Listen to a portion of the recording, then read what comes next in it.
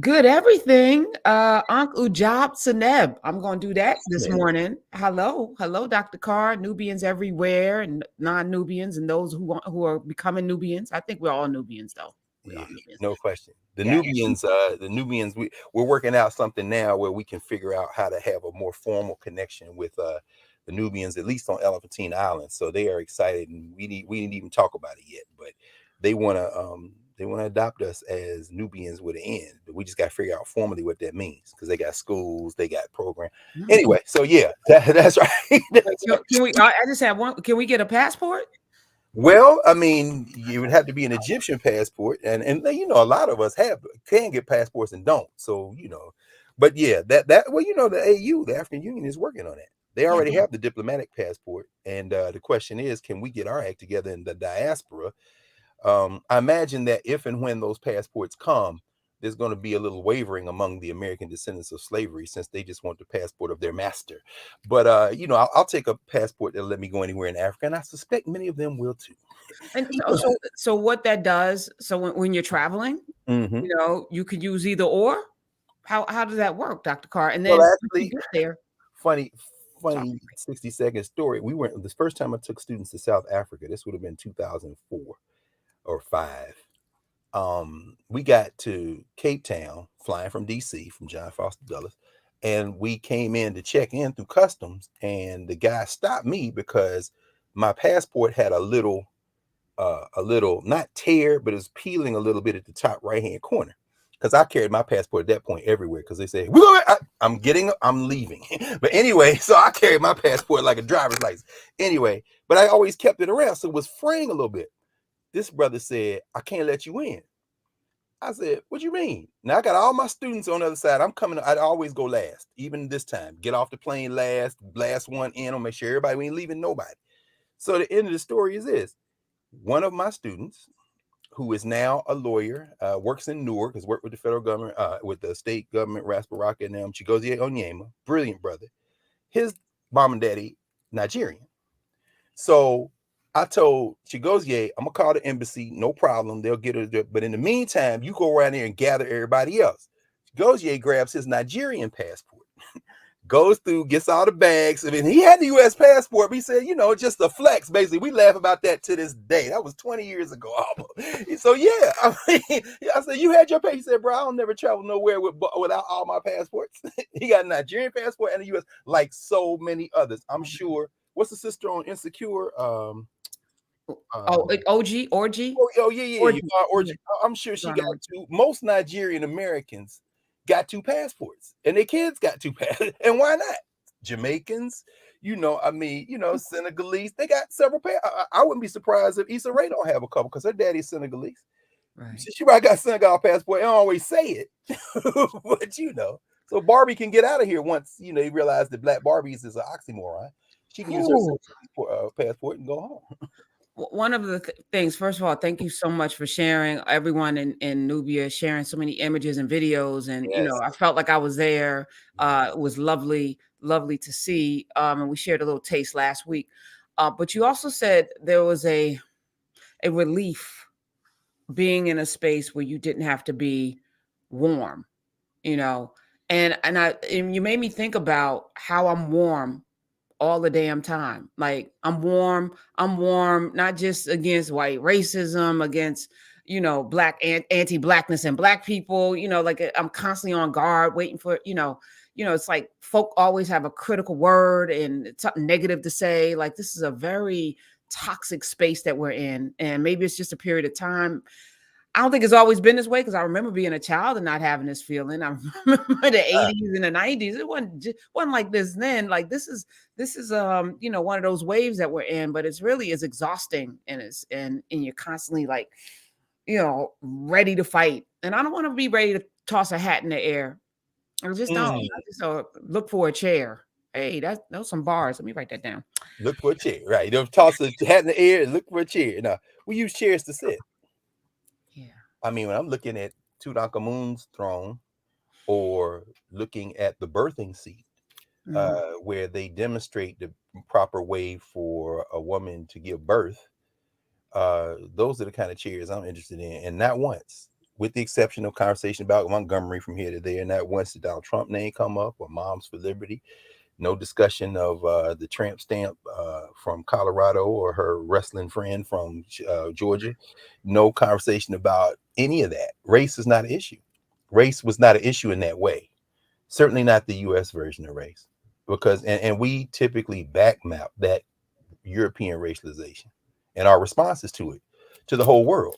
So we come into place, we looking for the black people. And again, the whole idea were the Egyptians black. That's not the question you ask. Don't bring that race stuff over here. Is my friend Shamarka Keita, a scientist who does work on Nubia in particular, says he doesn't use word race. He uses the word populations. So you say, well, what populations were in the Nile Valley? Not what races, because they wouldn't have understood race. And it doesn't make any sense. Race is an invention of the last few centuries, and the American Negro is under perpetual stress. And James Baldwin saw Sheikh Anta Diop present, and he said, I wasn't quite interested. It didn't really animate my imagination. And I said, of course it didn't, James, because you're obsessed with race, bruh. Race has ruined you. It's one reason why I enjoy Baldwin's prose. I think he has a lot of insight around race. But after reading the brilliant prose about race the fifth time, I'm like, okay, I'm done. I don't need to read this again, or Ralph Ellison for that matter, or Rich. I don't really need to read that, and I don't need to think about why you feel free in Paris and why you feel, or Germany, or you're a stranger in the village. I understand it. I appreciate it. I love you. I appreciate you. But I'm going somewhere where I can think about the larger issues of being human, of reality, of time. In fact, we'll talk about that in a minute. It reminded me of something E. Franklin Frazier grappled with shortly before he died. And we didn't think about that one time. And when you land a plane and everybody clap because you ain't supposed to be in the air, and then you come back to the United States and you realize that's not what they do here, you understand culture is a much more powerful thing to organize around than race. So how do we, I mean, I know we are doing it, and it's kind of like, I keep encouraging people to build the world in which they want to live, starting with their neighborhood, right? Because we all live somewhere. So you can literally create the world that you want to live in, right? And it's work. You're gonna have to get up and do some things.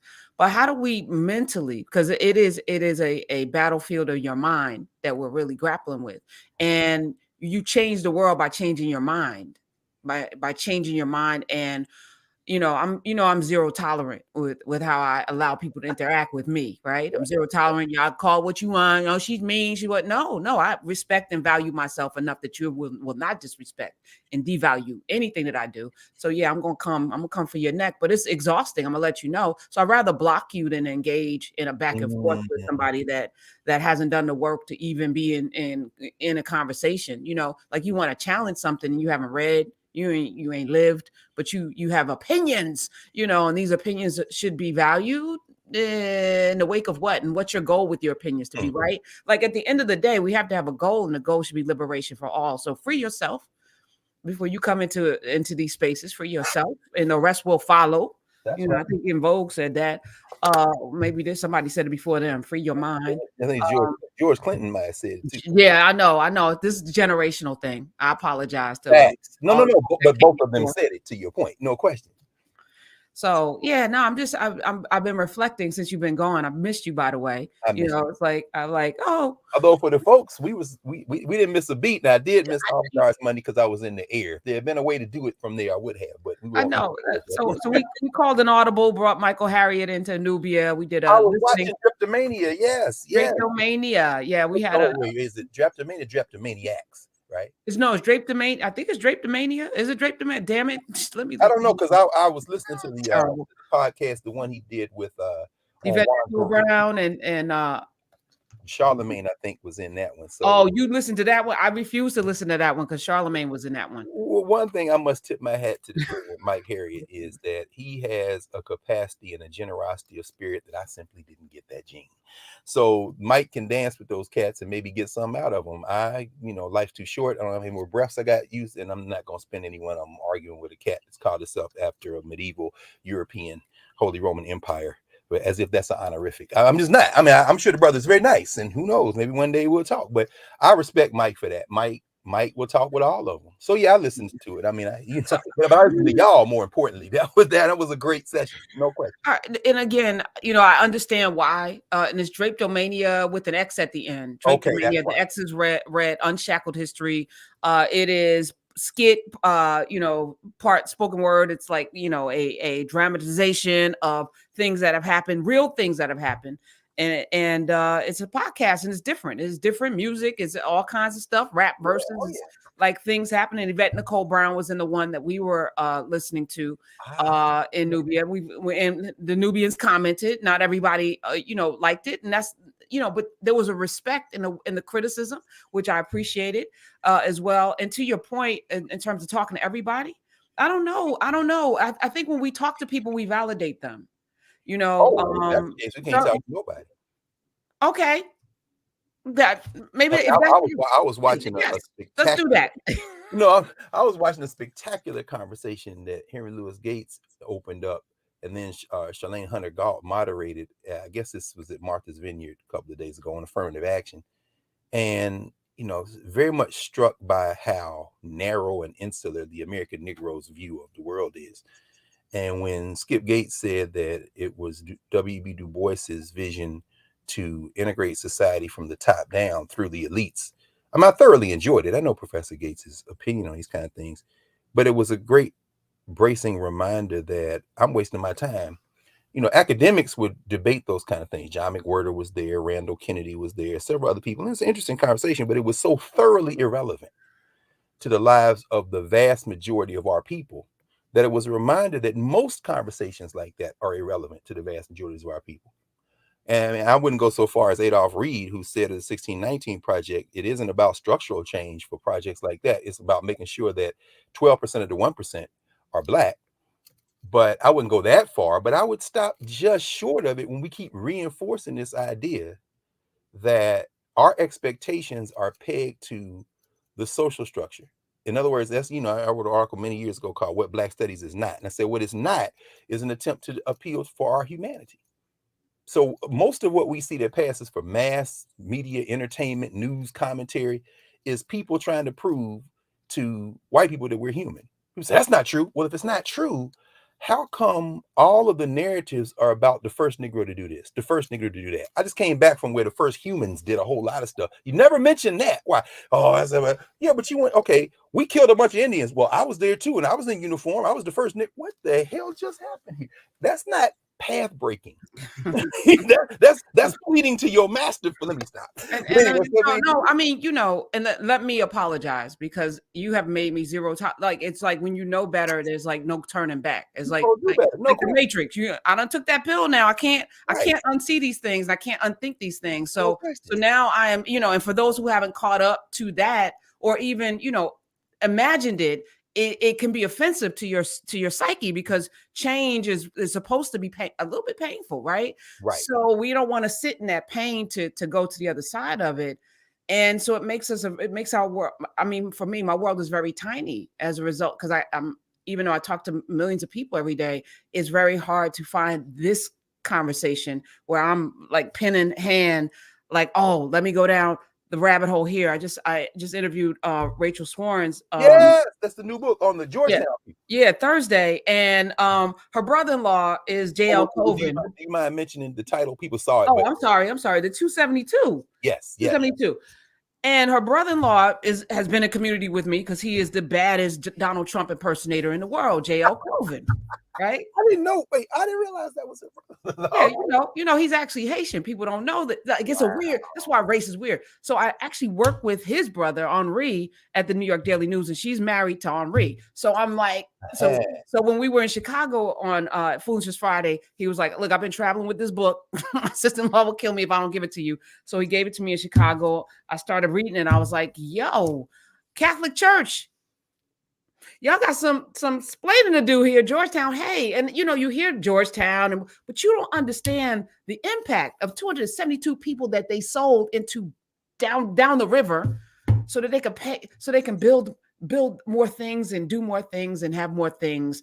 They treated these human beings like nothing, and these were the Christians among us, the people who love the Lord. Christians among them.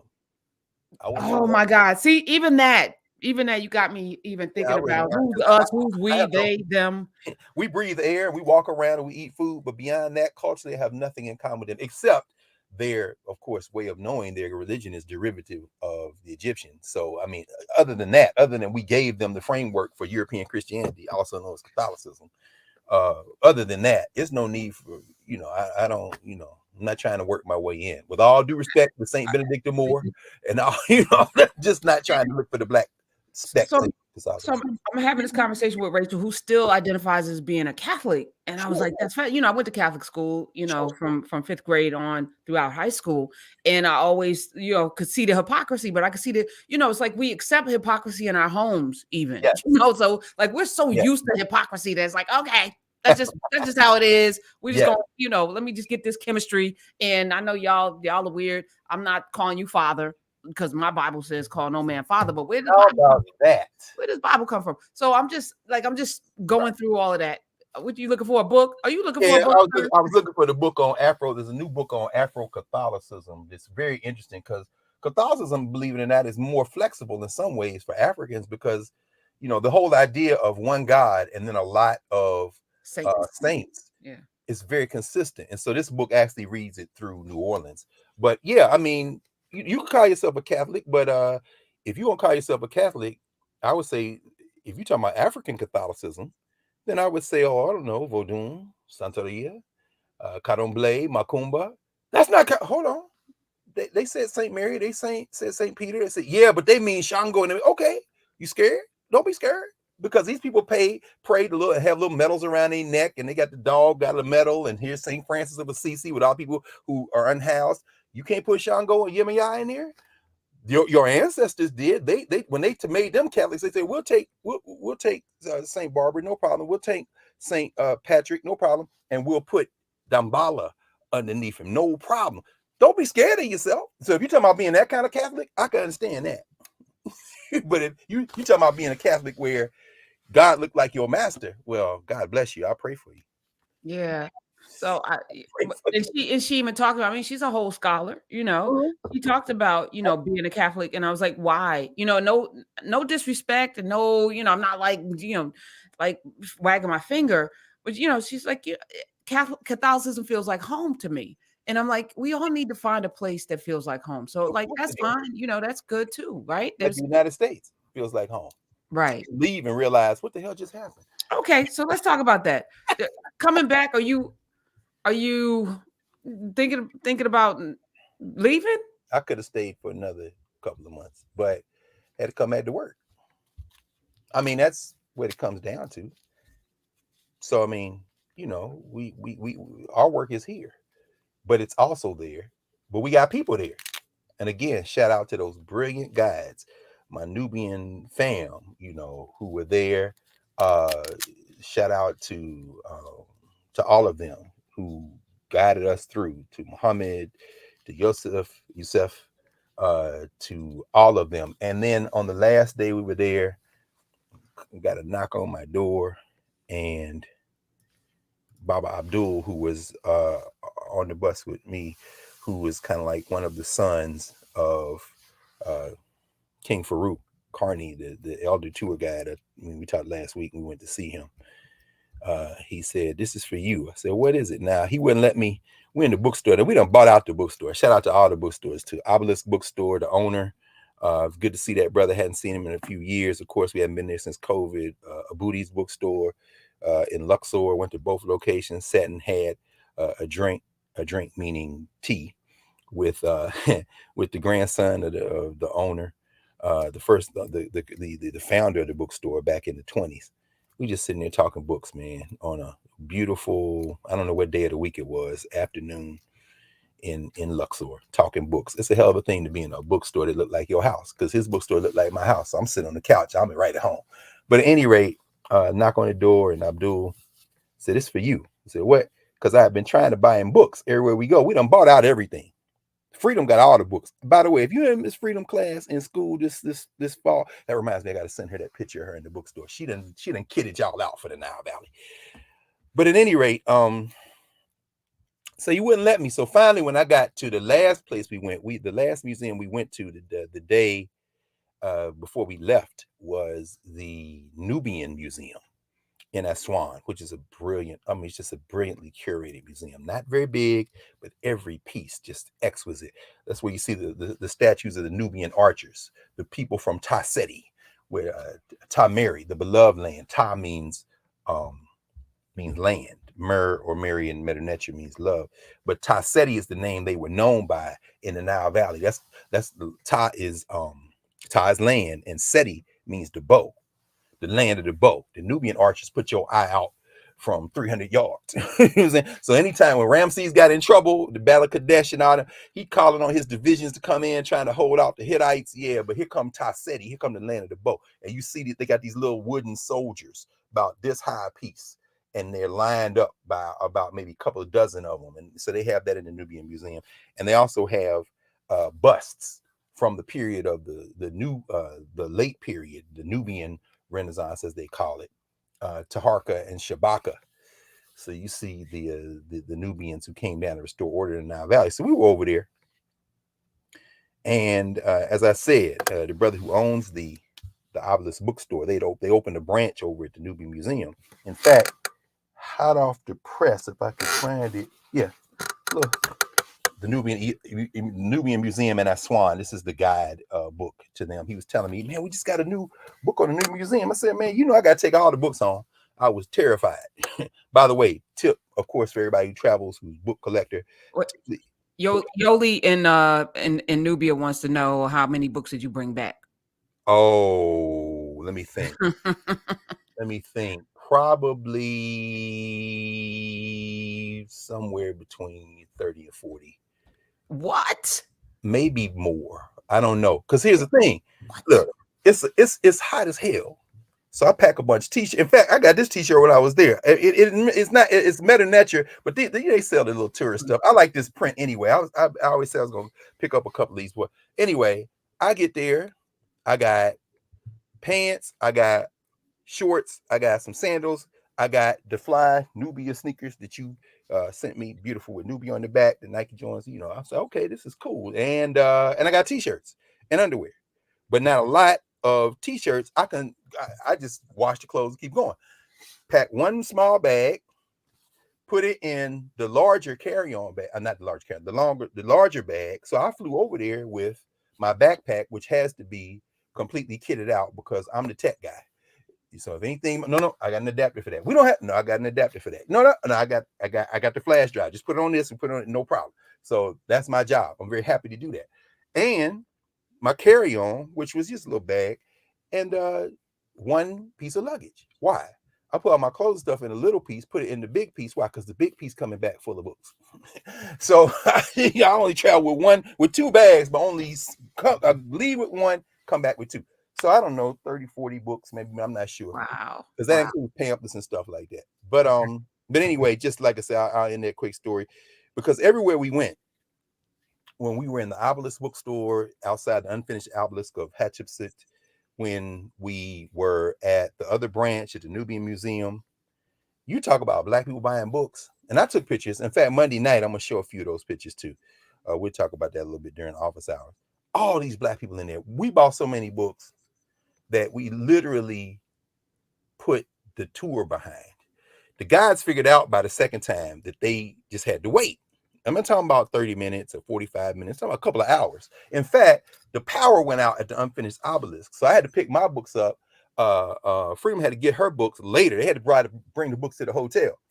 And so we got the last day when we got to the Aswan Museum, the brother was like, yeah, I'm so glad to see you. His daughter got engaged. So I was very, in fact, I don't know if I have his, I don't know. He sent me, I won't be able to find it. He gave me anyway, yeah, his daughter he was in Cairo, but they called him and said, we was in town. So he said, I'll be back by Saturday. He got back to his other store and we were out there talking. I said, hey man, I owe you money. And he was like, I know. And we just started laughing. I said, because I couldn't even pay for the books. It broke the damn machine at the other place. But so anyway, we're getting ready to go to the airport. I knock on the door, and it's my man Abdul, Baba Abdul. And he said, I got something for you. I said, okay. He gave me a Galabia. Now, when you go to Kim, everybody's wearing Galabia. It's almost like farmer clothes, right? And I brought a Galabia with me, and I picked up one when I was at I don't know where we were, maybe the Temple of Heru.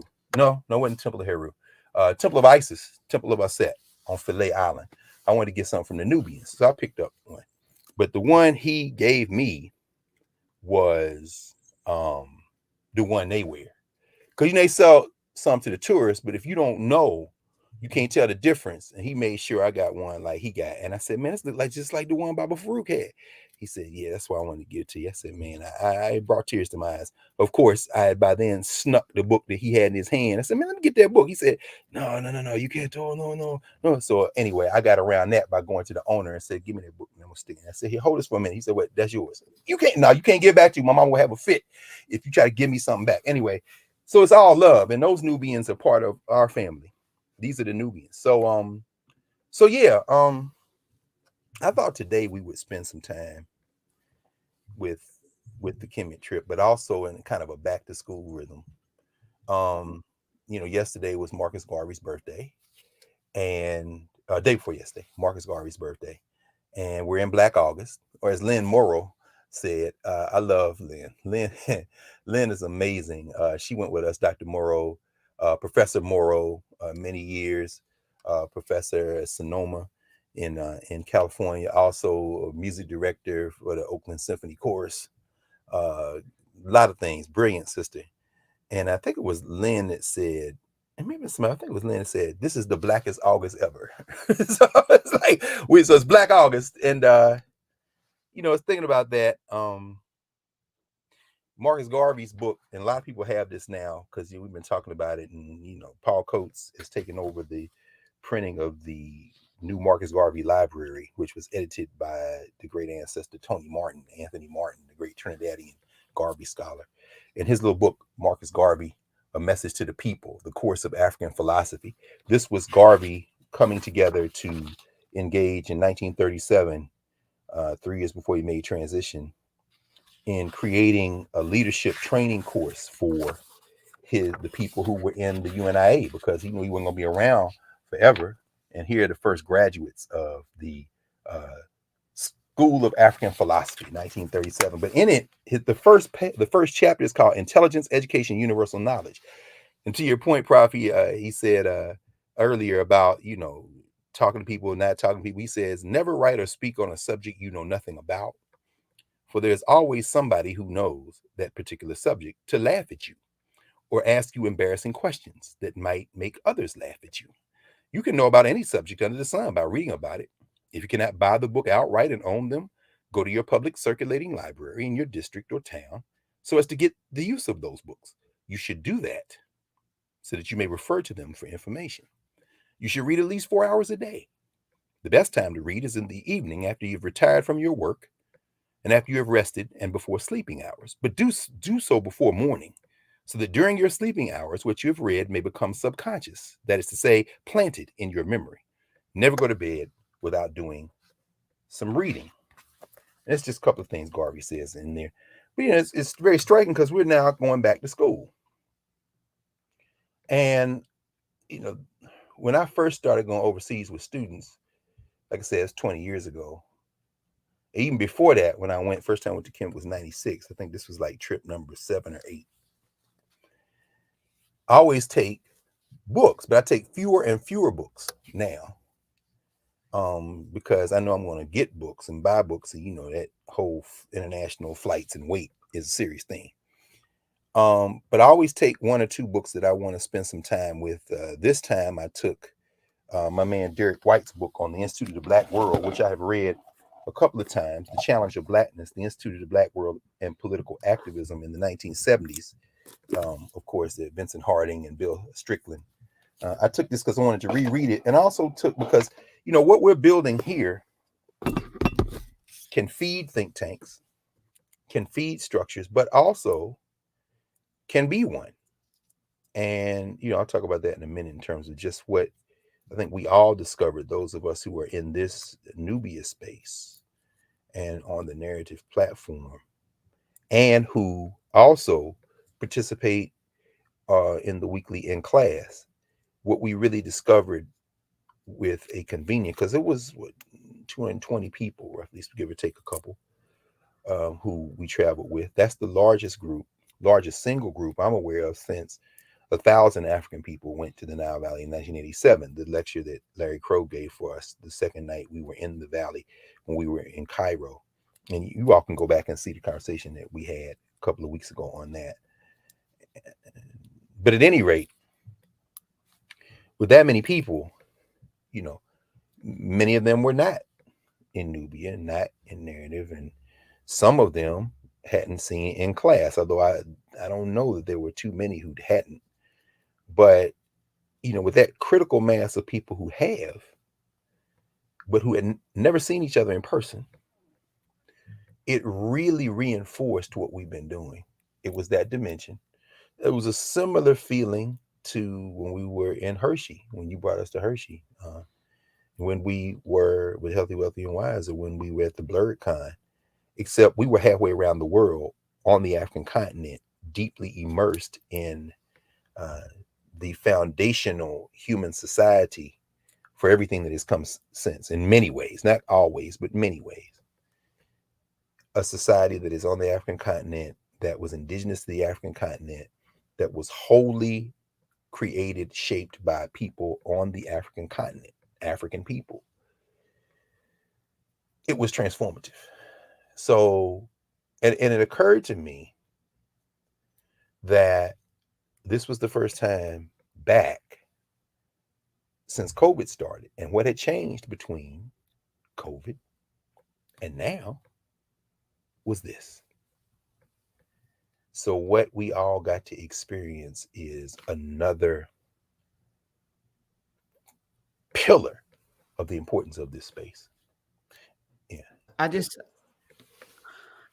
didn't consider that, you know, like, because you guys have been doing this trip for what, Many years. couple of First time I took students to Kemet was 2007, I think. No, yeah, 2007, then 2008, the year after ASA passed.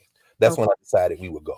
So 15 plus years you've been doing this. Yeah. This is the largest group of people you've taken. It was more than 200 plus people. Mm-hmm. And what you're saying is that the tone, the tenor, the community, even though most people hadn't seen each other, because, you know, we're in this box every week, twice a week, 3 times a week, 4 times a week, depending on what you're taking. You know, if you're taking yoga, or, you know, Maroon's medicine chest, you're doing the mental health series, or if you're, you know, taking meta nature with Dr. Beatty, or, you know, in, you know, maybe Tasha's coming through with a language class. You know, we are literally in community office hours on Monday. Yeah. Probably every day, right? So what was that? What was it, seeing people that you'd only seen popping in for a question on a Monday? It was, you know, as we talked about, there were going to be two complementary energies at play. One was going to be the deep immersion in the place. You can't study a place in 2 weeks, but you can immerse in it. So really the real resonant power of what we did is now going to play out as people are going through their photographs, as people are reading and studying, and say, no, wait, I stood in Abitus. Wait, no, wait, I was there in the Whitechapel, in the Middle King. And so as they're reading, it's just going to open that up. But the second stream, which reinforces that first one, were the conversations. So I'm sitting there, you know, Lisa Gaines, Clarence Gaines, his son, her nephew, the Gaines family, Lisa and her brother Clarence, the children of Clarence Big House Gaines, arguably, along with John McClendon, the 2 most important figures in the history of HBCU basketball, and 2 of the most important figures in the history of basketball, period. In fact, they say John McClendon invented the fast break. He actually studied with the guy at Kansas, who, you know, Naismith. But at any rate, Clarence Big House Gaines is a legend. Any of y'all know anything about the CIAA? His children were there with his grandson. What? And because they're Nubia. They ain't Nubian. They probably can't. I'm smiling because, you know, Stephen A. Smith went and played under Clarence Big House Gaines. How about that? And see, this is what I'm saying. Clarence sent me this book. His son sent me there. They call me Big House, Clarence E. Gaines. And of course, because we were in a meeting, we did meetings every other week before we went with everybody who's going. And we were talking, and Clarence said, "Hey, man, I gotta send you something. Give me your address." I sent his address, and his father signed this copy. So I was like, "Clarence, you can't say." He said, "Brother, it's an honor." So Clarence was there. Clarence the third. I never seen Clarence the third with my eyes until we're on the plane, and it was transformative. But here's the thing. That's enough in itself. But we're sitting there with Lisa, his sister. She's sitting there. We're at dinner or something, and she's sitting there. I'm sitting there, and I don't know whether it wasn't Kathy. It was one of our young people. I don't know if it was it Angie? I mean, yeah, it might have been Angie. So we were talking. Angie Porter and Angie Carter, who we had two Angies. Our support team was dynamite. In fact, I got a picture of them. These are the people. This is our support team. So you see everybody there. This is the day we gave out the certificates on papyrus with the Metanetia on it. So you see Mama Labisi and Baba Larry, Angie Carter. There's Jasmine Watkins, Dr. Jasmine Watkins. I'm gonna embarrass her now. Jasmine, that's Belethea's niece. She went with us. This is the team that kept everybody together on the buses, supporting the guides. That's Jasmine there. Jasmine was, I don't know, 7 or 8 years old. We went to Detroit for the African World History Project Symposium. This is back when everybody working in the project was still on top of the earth. Most of those people are ancestors now. Anderson Thompson, Jacob Carruthers, Leon Harris, Asa Hilliard. We were all there. And we were the youngsters. Myself, Mario, Valethia, Adesai Jamu. We were the 4 youngsters. And wait a minute. Let me think. Am I missing somebody? Aronde Miller, the 5th. So we had assignments, and that's how our chapters, me, Mario, and Valethia chapters, and Adesai ended up in the African World History Project book. But anyway, 1996, Obenga, everybody's there. So we go to spend the night at Valethia's sister's house. Valethia's sister's daughter, I'm asleep. And I carry my writing tools, my erasers, my pencils, and pen, usually just 3. I got an eraser, a pencil, and a mechanical pencil and a pen. And I usually write with 0.03, real small. And I'm writing in the margins, writing on newspaper. So I just go to sleep. I wake up next morning, because we done stuffed into this house in Detroit, little house in Detroit. So we sleeping there, we get in where you fit in, couches, floors, whatever. I wake up next morning, I can't find my pencil. Now I got a little lightweight OCD when it comes to writing instruments, books. I mean, I know where I put it. Can't find a place. I don't know how this happened. It was Valethia who suspected, or her sister. I was Rita. Come to find out, my pencil had been pilfered, and the culprit was Jasmine. Jasmine saw the pencil, saw me writing with the pencil, and was fascinated with the pencil. It was the look, the technology, the feel when she got that pencil. Now they's getting ready to upbraid this child. She a little girl. I said, no, leave her alone. She can have that pencil. No, we can't reward bad behavior. Oh no, we gotta get her pencil now. I want to give her the pencil. I'm glad she wants the pencil. You could ask. Anyway, many years later, Jasmine came. This is after she got a degree. She's a mathematician by training, then teacher education, taught elementary school, I think it was. She came to Howard to get her doctorate in education. This little girl was now grown. We standing on the corner, and I talked to the dean of the College of Arts and Sciences and got her a teaching assistantship as our TA for the freshman seminar course. Very important. They've since taken the freshman seminar course from me, and I'm kind of glad in the sense it was a whole lot of work, but I'm just sad for the students because, our framing of freshman seminar was imagined by the great James Donaldson, the great dean of the College of Arts and Sciences, now ancestor, and he was absolutely adamant. This mathematician, this man from Jim and Jane Crow, Florida, who went to Lincoln University for undergrad, who became a PhD in mathematics at the age of 25 at the University of Illinois, who always was deeply grounded in his culture, who was part of the delegation from the United States that went to FESTAC in 1977, a true African from Florida, James Donaldson. When he brought me in and asked me to lead the reimagining of the freshman seminar 20 years ago, almost 20 years ago now, he said, these students have to have a grounding in who they are. And we busted our tail for many years. I'm very proud of the work we did. Not doing it anymore, but never underestimate the power of a confused Negro. But the point is that Jasmine, we got her a job as the lead teaching assistant in freshman seminar because the previous lead teacher had graduated. And so that day we're standing on the corner, me, Mario, Valethia, Jasmine. I said, Jazz. She said, I got something for you. And I went in my pocket and I gave her my mechanical pencil. I said, after all these years, I think, it's been 20 some years. You should have this pencil. And so, we laughed about it. Anyway, that's Jasmine. That's Dr. Jasmine Watkins there, the pencil thief. But she's now got her own PhD. She's out there teaching. That's Angela Carter, that's the first time those two have met. Miss Carter is my current teaching assistant. She was the lead TA for many years in freshman seminar today in the purge. She got caught up, but I said, yeah, I'm not gonna do that to this child. She can already finish. She's writing her PhD now. She's writing a dissertation on Philadelphia International Records. She's doing cultural work. And Deborah Hurd, who's an expert in Nubia, like the study of Nubia, archaeological digs and everything. Brilliant sister. Of course, there's Mario, Valethia, myself, Angie Porter, as y'all know. And here is Stephanie Tisdale. Stephanie went with me when we went to South Africa the first time. This is her third time to Egypt. She went the first 2 times as a teenager with a group out of Philly called the Dessert Club. Some of y'all may have heard of the Dessert Club. This is her 3rd time. And my man, Kehinde, Baba Kehinde here, Kehinde Graham, who is finishing up his graduate work at Temple University as well.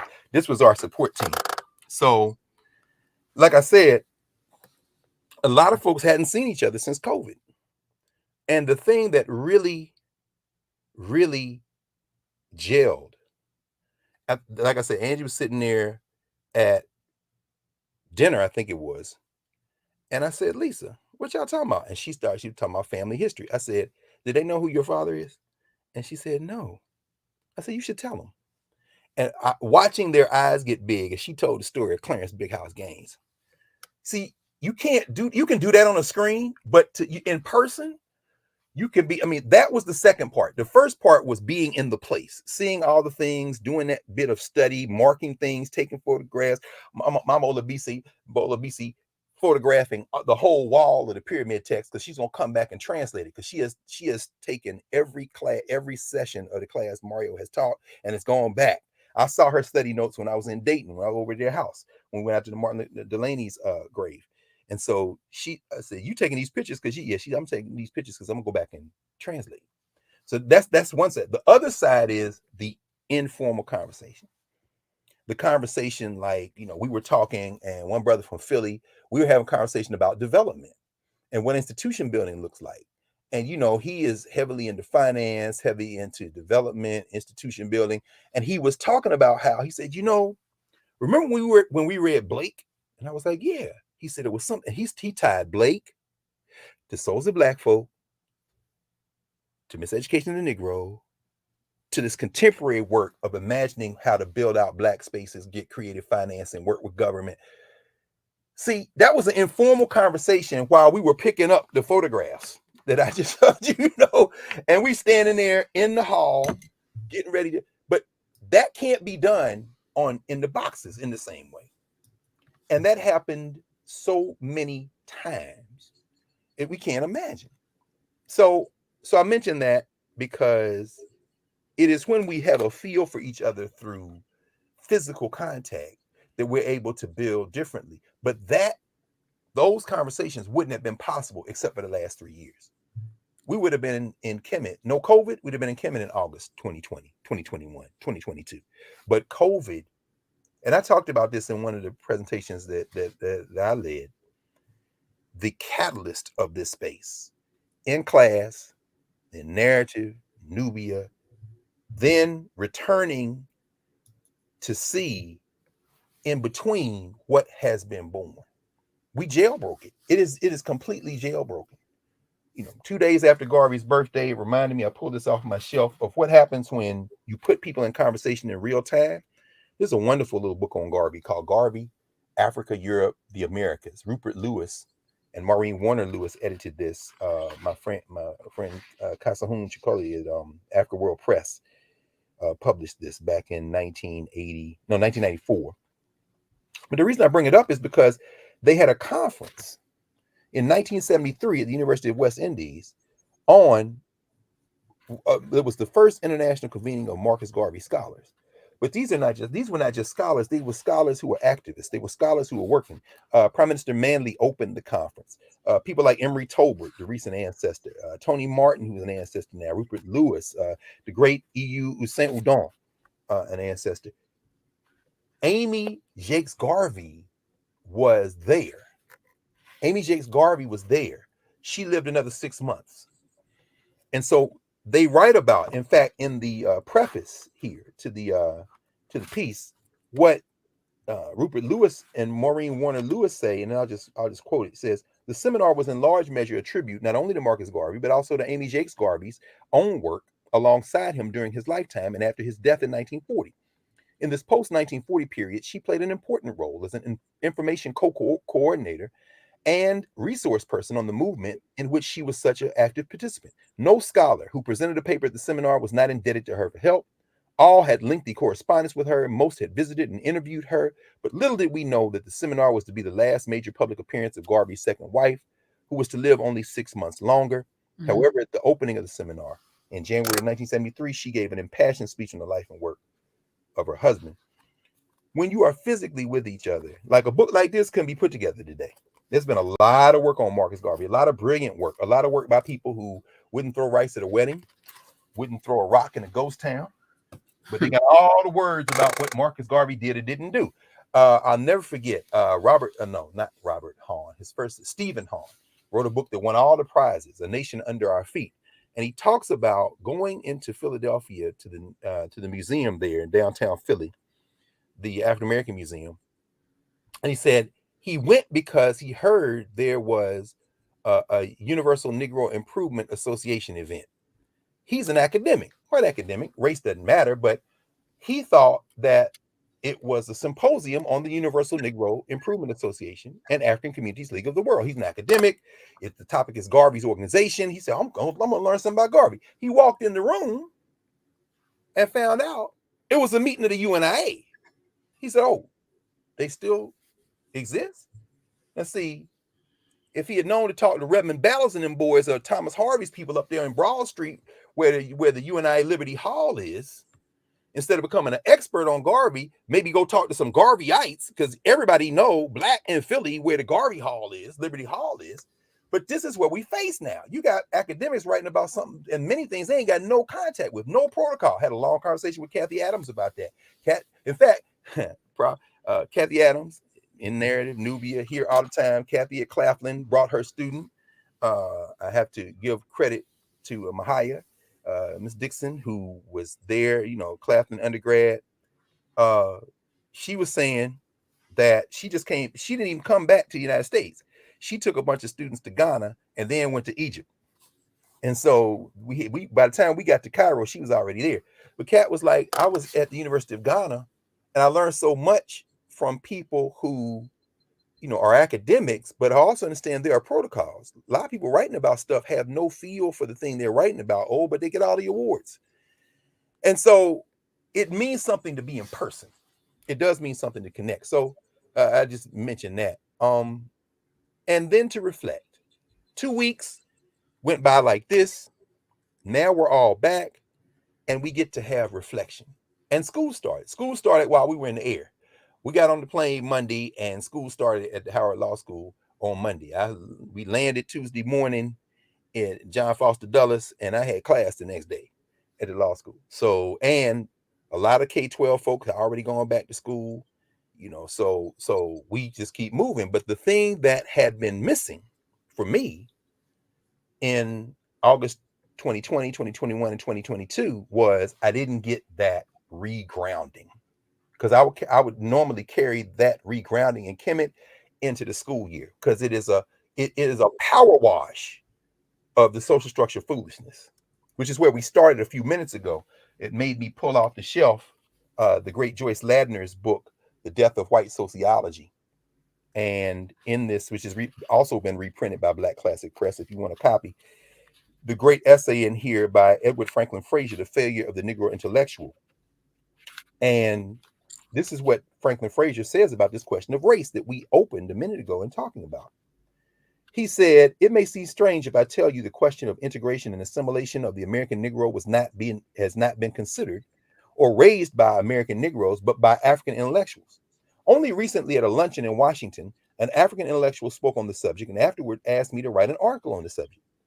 But the contrast between the attitude and orientation of American Negro intellectuals and African intellectuals was revealed most sharply at the Congresses of Negro Writers held in Paris in 1956 and Rome in 1959. This is like where in Paris, 56, that's where James Baldwin saw Cheikh Anta Diop talking about the African origin of civilization or society and also ancient Egypt. And Baldwin sat there and said, yeah, I wasn't very interested in what he had to say. Sure, you would have to be much more interested in, talking about racism. I understand. This is what Frazier says. He says, at these congresses, the African, and I might add, the West Indian intellectuals, the Caribbean intellectuals, were deeply concerned with the question of human culture and personality and the impact of Western civilization on the traditional culture of Negro peoples. It was to be expected that African intellectuals would be concerned with such questions. By the way, in a minute when we talk about Kemet, because what I want to do is go very quickly through some of the sites and what they kind of triggered in my mind so that we can prep to think about why this is important. But that is very much in the vein of what Frazier is talking about. When we go to these places in Kemet, we're thinking about the nature of human beingness in the world. We're not thinking about race.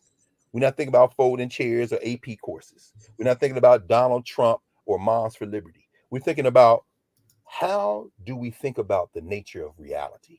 That's a different conversation. Finally, Frazier says this. While they talking about, what does he say? Questions of human culture and personality and so forth. This is what Frazier writes finally. He says, but the amazing thing was that American Negro intellectuals who were imbued with an integrationist point of view were not only unconcerned with this question, but seemingly were unconscious of the implications of the important questions of the relation of culture and personality and human destiny. Why? Because what were the American Negroes talking about?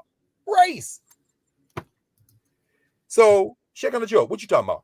I'm talking about how we think about using resources to improve the lives of people and why we would even make a certain choice to use a certain resource this way. What you thinking about? I'm thinking about how we can, this misogynoir. I'm thinking about how we had to fight to get a recognized. Okay, we're going to be over here talking about like the big issues. And you're welcome to come, but if you're going to keep talking about Marjorie Taylor Greene, okay, that's fine. And then what's wrong? That's the American Negro. I mean, these white people got their heads off. They're smart, but they just seem to pour all that into, I am not your Negro. Okay, we know. In fact, what? Anyway, in fact, get them to write about race because we don't really write. It's difficult because that's why we had to have these conveniences. So anyway, it's why we have to pause after we do things like what we just did. Here we have in Knarrative, especially, we have a great archive, Knarrative and Nubia, one that swells really with the reliability of the rhythms of sunrise and sunset. In other words, we're like a metronome. We're going to be here 5, 6, 7 days a week. You can count on it. The archive swells. We don't have to talk about Black August today because we've done it several times before. We don't have to talk about Marcus Garvey Day. We've done it several times before. We talked about it during the Olympics when a young sister from Costa Rica was there. All that's in the archive. It's there to be sat with. Our sister April was there, first-rate academic. She's back in class now, and the wheels were turning. She's constantly saying, how do I translate this into teaching and learning? How do I do this? So that space is there. We have the archive here. Now, the challenge we have is to imagine ourselves in time and space and act. Because whiteness is at the center of U.S. identity. Listening to Mike's podcast, this whole grappling with the question of race, it's very difficult to displace it because often what we are always in the danger of doing, all of us, myself included, is reinforcing whiteness by continuing to critique it. When you walk away from it, it gets nervous. That's why they all mad right now. In the responses to threats, real and imagined, to the centrality of whiteness grow, you know what happens? Whiteness calls itself. There's a virtual clavern being born. Anytime you're attacking jurors in Georgia, grand jurors, you got a virtual clavern. There's a virtual clavering. In other words, I'm not a member of the Klan, but thanks to technology, I can pretend to be. Let me get the telephone number. Let me get a picture of somebody's car. Let me get an address. Let me dox them. What's going on? Why are you doing that? Because I just got this feeling and that I'm feeling threatened. So you're going to put somebody's material life in danger because you feel threatened about a fake identity? Yeah. The curriculum wars, the library wars, all these things, the funded court challenges. You got some billionaires who will say, you know, I'm not losing anything materially, but in order for me to continue with my foolishness, I think I need some politicians I own. And so I need those people in power. So I'm going to gin up a voter base to go vote for them. And while they're suppressing the vote and doing all this other stuff, and it's all going to be congealed around whiteness at the center of U.S. identity.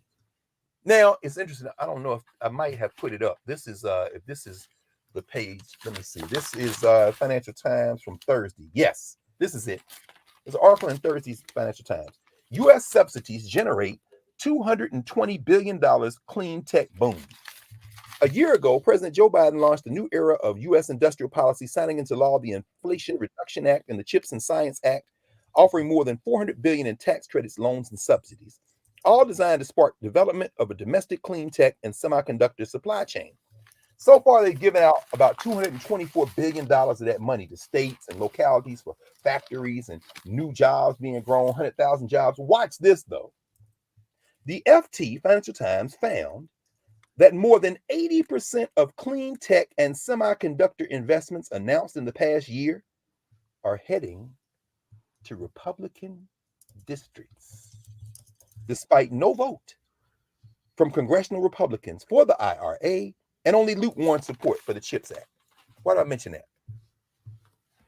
You know, the feckless ghoul Ron Johnson in Wisconsin, Marsha Blackburn in Tennessee, all these racists, you know, Foghorn Leghorn, John Kennedy in Louisiana. As these plants open and these jobs come, Mitch McConnell in Kentucky, they stand up next to Biden and them, or they send out a flyer to their thoroughly ignorant electorate base and take credit for stuff they fought against. Now, why am I bringing that up? Racism is not racism helping them get elected, but they're not only not being harmed, they're benefiting from policies from people who are at least trying to set racism aside enough to help everybody. They're going to get helped anyway, but to get back to office, they need to play the race card. Now, that's important to understand. Whiteness is at the center of U.S. identity. Why would you vote against something that you're going to benefit from? Because I know I'm going to benefit from it anyway. And if I call out the race card, the race is going to vote for me and I'll be there. This is the absurdity of race. Now, how do we combat that? Well, the Negro elite is only of marginal help, really of no threat at all. Because again, watching this conversation on YouTube that Professor Gates was led up at Harvard, well, it was the Maynard Center at Harvard, the Robert Hutchins Center at, I started to say Robert Maynard, that's the journalist, the black man. The Hutchins Center at Harvard sponsored it. And, you know, it's big money donors coming in. And the objective is full integration into the criminal enterprise called United States of America. Charlene Hunter Galt had something to say. You know, she said, I want to correct Professor Gates on one thing because he introduced her and she moderated the panel. She said, you know, I did not integrate the University of Georgia. I desegregated it. We're still working on integrating it. And everybody laughed. I said, well, that's true. But I would much rather see a lot more money go to the Atlanta University Center. And, you know, let's, you know, now that the laws have been changed, W.E.B. Du Bois tried to tell y'all what was going to happen once desegregation took place. Your institutions would take an L. Your children might become alienated. Ironically, John McWhorter made that point. He said after 1954 in Brown on the panel, he said one of the unintended consequences was people thought that being in a classroom with all black people, all black students and a black teacher was somehow inferior. I thought to myself, well, you're right about that, John. And you should say that more often since you're at Medgar Evers and, you know, you've made a commitment. I'm sorry, Lurie, he's not with you. He's at Columbia. My point is all these Negroes, they are very little help. Why are they trying to get into the Ivy League schools? Emory Lewis Gates made that point. So the threat to affirmative action for them is the threat that they might not get into those schools where their master has the bastion at Princeton and Harvard and Yale and Brown, the University of Chicago and Stanford and Yale. I mean, but the masses of our people continue to suffer. They got to pick up a chair and hit somebody. You know what I'm saying? Because they're not going to those schools and they're not aspiring. Well, they shouldn't be aspiring to those schools as the end all and be all. The Negro elite is not a threat. Not really. Diversity, equity, and inclusion is on their mind. And increasingly, unfortunately, for a lot of our historically black colleges and universities, some of that leadership is also obsessed, which is why I say HBCUs, some of the attitude at some people at HBCUs is perhaps they should be DEIUs. You know, let's get into this thing. I'm not saying that there shouldn't be black folk at all valences of the social structure we're in, but if you're going to be that person, not so you can get two more Negroes and y'all can go up on the vineyard and drink cocktails and talk about y'all made it and then go to the rest of the great unwashed and say, be like me. No, do it so that you can bust it out from the inside. Because then there's the rest of us. And there's the blending issue. There is no we. I think about Eugene Robinson's book, Disintegration, where he talks about these four categories of Black America: those who have immigrated from other places, the Black super elite, the Vernon Jordans, the Skip Gateses, and them of the world, you know, the great vast majority of African people who are struggling to make it from day to day, deeper down in the class structure, you know, all those things, you know, he talks about those things. And when we think about the rest of us, look, it costs money to go to Kemet. You know, people scraped, some people could write the check, many people can't. As one sister said from Houston, she said, you know, it's going to be rice for me, beans and rice for the next few, you know, however long, months or whatever, but I scrimped to save and I'm here and I'm glad I did. And it was transformative. I'm just saying all that to say that even in that conversation, had a conversation with several people who were like, we'd like to subsidize some young people coming over here, put some money together. And these are people who know how to raise money, who put money together. And it's a beautiful thing because everybody, particularly children, should go to the Nile Valley once in their life to see it. I absolutely am a firm believer in that. And there are two forces at work in this capitalist society. Because one of the things Professor Gates brought up the other day in this talk about affirmative action and the threat to black people or the black elite was that, you know, Du Bois talked about a talented 10th, but now they're about 22%. What do you say? Those making $75,000 or more is up to a fifth of the black population. And he said, you know, so we've gone from a talented 10th to a talented 22%. Then they all started laughing. That's what the hell are you talking about, man? But I understand what you're talking about. I ain't mad at you, bro. You do you. What we doing? We pouring clean glasses of water. And guess what? We're pouring them in a way where we can do two things. Number one, because you got the billionaire class, the Mercers and the Blooms, who are going to fund these kind of hillbilly hordes to do what they do, Moms for Liberty and Sarah Fisher and them, you know, challenging affirmative action. And then you've got us. So while you're asking for money from the billionaires, we got the numbers. That's the other category. We got a bunch of people. And if everybody do a little, nobody's going to have to do a lot. So we got a platform now. We got a little subscription base, so you can begin to build the resources and be able to put things together to help free us and give us an archive and give us a place to connect, so that when we do see each other physically, we can pull this thing together. And when we travel like we did, just came back, that just becomes explosive. And now we can take it to the next level. And we're in this space where if you got access to internet access, and you got on your phone or tablet or whatever, you can watch this, be in this constantly, week after week after week after week. Why? Because the strength we have is in our numbers. Always has been, always will be. That's true of African people. That's true of people, period. And that's what those who are dedicated in keeping an unequal system unequal are terrified of. That's why they're trying to suppress the vote, change the laws in Texas and North Carolina. That's why they're trying to purge people from the voting rolls in Georgia. Why? Because they know if you get a critical mass of people, it don't matter how much money they have. That money will be neutralized. So the rest of us have to do that. That was Du Bois's challenge. Du Bois wasn't talking about integrating into power from the top down. Come on, Skip. You know better than that, brother. I ain't mad at you. Again, I ain't got no beef with Skip Gates because we're doing something different. You're doing something, and you should keep doing you, because, you know, people who are attracted to that will be attracted to it. But I know that the vast majority of our people don't want nothing to do with that. Even if they say they do, in their heart of hearts, they want to make sure that everybody has something and has a foundation. And Du Bois was like, you got to speak to the world. You got to speak our truth to the world. Why? Because African people have something to say that will help our common humanity.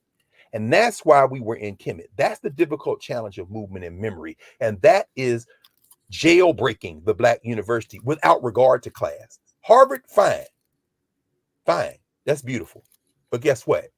Here, you will get quality that exceeds that. Why? Because it's going to be every bit and more what you would get there in any classroom conversation you would have. And what? It ain't going to cost you 60, 70, 80 stacks a year. In fact, all it's going to cost you is a little bit of time and some attention, which is a fight in itself. So here we are. Here we are. We arrive at the cusp of the school year. And as I said, this is the blessing because, you know, for a lot of us, our calendar year is the year. There is no off summer.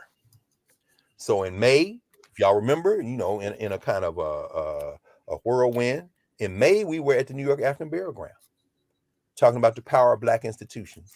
When Black folk lay down in front of bulldozers, when people like Gus Savage and John Henry Clark, Gus Savage in the United States Congress, John Clark coming in as a consultant, talk about the history of Blacks in New York, the great Howard Dodson, Dr. Dodson coming from the Schomburg Center, Queen Mother Melvin Franklin from the First World Alliance, and all the community activists out there, Leonard and Rosalind Jeffries, you name it. The New York African Burial Ground folk were there, and they said, we're going to take these bones to Pace University. And it was like, hell no, Black hands on these bones. And so my man, Michael Blakey, was at Howard at the time. They said, well, y'all what school you got that's going to be able to study at Howard? And Howard took the lead. That's what Black people expect of Black institutions. So when we were at the New York African Burial Ground in May, we talked about that. My man, Jimmy Cleckley, the lead ranger there on the site, not only that site, several other sites in the New York area. We talked about what it means to create Black spaces for the restoration of the movement in memory, the restoration, so we can get the momentum of memory going. That's why we went to the burial ground. Then, you know, we were in Philly for the Malcolm X Symposium, sitting outside of Independence Hall that same month, deepening our understanding of independent assessments of social structure. I just bought a book on the children of the daughters of the American Revolution. It's a history of them. Don't ask me where I got it from, but you know, just know that I got it. Anyway, the whole idea that these people build institutions that they keep going. So when we're in Philadelphia, they were sitting outside of Independence Hall, we talked about social structure myth making and how you attack it. You've got to attack the myth making. That's why they're against all this curriculum stuff. That's why they're fighting against the AP class. Shout out to the teachers in Arkansas. The serial press secretary liar, now governor of of Arkansas, because they ain't had no sense to get Brother Jones in as governor. Sarah Hook B. Sanders tried to stop AP African American studies from being taught, including at Little Rock Central. I talked to a couple of the teachers who were there the last couple of weeks, and they were able to beat that back. So they will be teaching the AP class, but they're fighting because they understand their stories are myth making. And any attempt to study is a problem. But we had that conversation a month ago.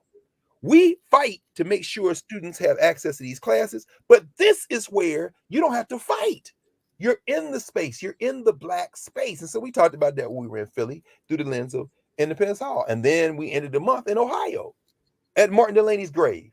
We sat there at the African American Museum at Wilberforce. You know, Larry Crow came. We said, to reinforce the fact that we are connected through time and space, that people like Martin Delaney and Catherine Delaney and Charles Young understood that our Blackness, we are from wherever we are born, but we are also with each other.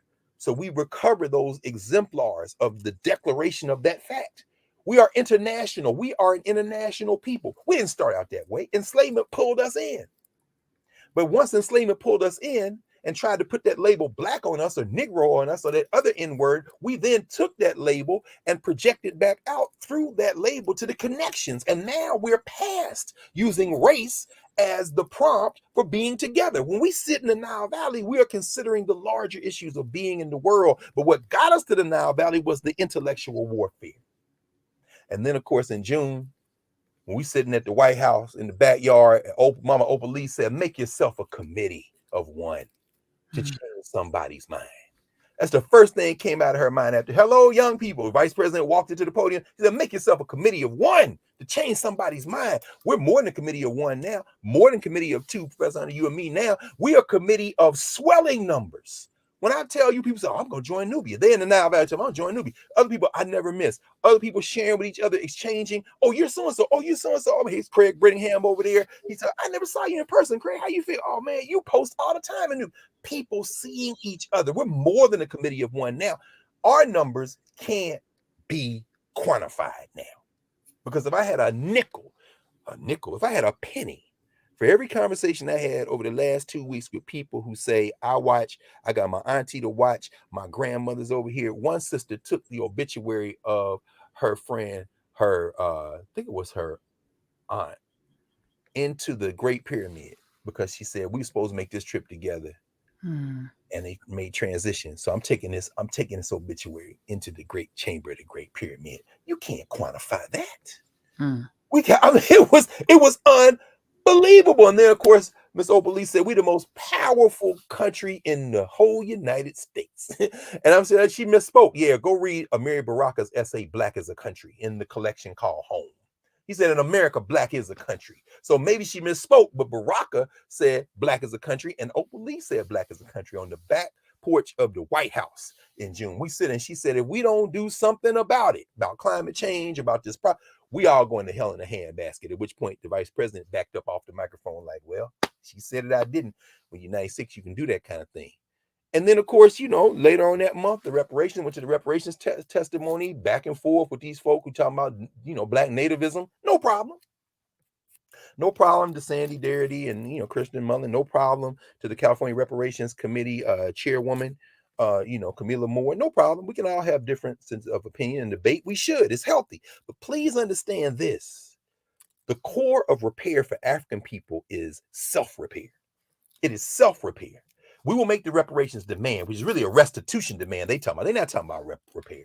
They gesture toward it. They talk about monuments and telling the history right. Yeah, but at the core of that is restitution, because telling the history right means you got to get rid of American history. It can't be redeemed. I was listening to, like I said, the Mike's podcast, and they were talking about Juan Guaido. I thought it was well done. The music, the brother playing Juan Guaido was brilliant. And they were talking about how he became a conquistador. Juan Guaido is prominently figured in the AP African American Studies course. And all I kept thinking was, when we were looking at the curriculum for the AP course, and then I heard him talking about Juan Guaido then, it says, well done, but why are we like caping for being a conquistador? Again, what Richard Pryor said, that one joke he had, said, don't you hate it when they interview Negroes they hire and they say, what about us? We fought the Indians. Shut up, fool. You want them mad at us too? And why are you caping for criminal enterprise? The Spanish invaded the Western Hemisphere. Just because one of them was Black, he was the first Black. We got a lot of work to do, but that's okay. Opal Lee said, make yourself a committee of one, change somebody's mind. We just keep pouring clean glasses of water. And so the first element of repair is self-repair. And then later on in the month of June, we were in Atlanta. We were there when Willie Christine King Ferris made transition. The short-term memory of our people. What happens when somebody like that makes transition and the whole world don't stop?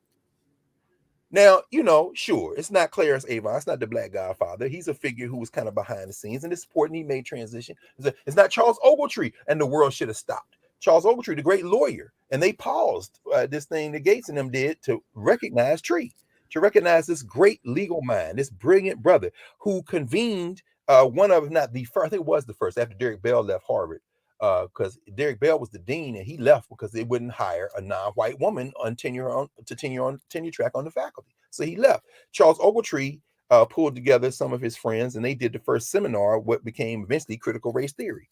Very important. Ogletree made his transition, but come on now. Those two, I expect us to have to do it. You should know. But Willie Christine King Ferris, Martin Luther King's sister, and the whole world didn't stop. The short-term memory of our people is, even the short-term memory is astonishing. That's not even 100 years ago.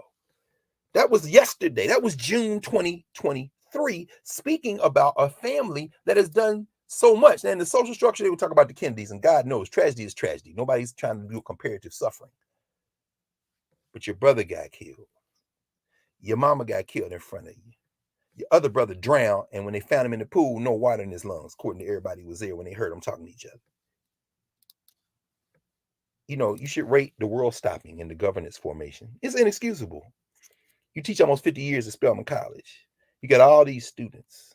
You got all these people. You and your sister-in-law stand up to Martin Luther King Center. This is a thing which goes on to this day, a living institution. But I bet you we all know about beef between this rapper and that rapper. We know which Instagram person is doing this and that. We know it, yeah, but this here, so we stop to consider what it means for us to have to piece together our institutional memory so that we can get that momentum of memory back. And then in July, I went to LA for Black Lives Matter, the anniversary, to realize that organizing and mobilizing takes place in real time and space. Technology enables us to connect. When we were together in Kemet, it reinforced the difference between a virtual convening and a literal convening. And so I'm saying all that to say that what we're doing now is a means to an end. And we were out in LA with these folk, Melina Abdullah, Dr. Abdullah, and all her people, and everybody was there, Chuck D and Cornell and all them folks, You see, this is what we're after. We're after connecting. That's all we're doing. We are a committee of countless people, and we are going to make a change. And that change will be in the real world, the tangible world. You talking about, Professor Hunter. And then, of course, we had Freedom Summer. I was back and forth and, with the young people reading State on Freedom and really thinking about what it means, the nature and purpose and process of Black education. Very important. And so that allowed us to enter the Black is Black August. Well, that in the summer school class, shout out to all of our students, the student athletes, freshman student athletes at Howard, the Carr STEM scholars, and the social sciences, humanities students, because those conversations that we had with them in the month of July allowed us to recenter the whole notion of the purpose and function of education. And I'll tell you, quite frankly, it's a big challenge, because literacy is something that we are going to have to take very seriously and very differently now. And I'll talk more about that in a second, but I just want to go very quickly through this Black is Black August ever. Thanks, Dr. Morrow. Whoever said, I think it was Dr. Morrow. We remember what Black August is. Black August, talking about freeing all our political prisoners. We mark it in 1970 and 71 with the death of Jonathan and George Jackson.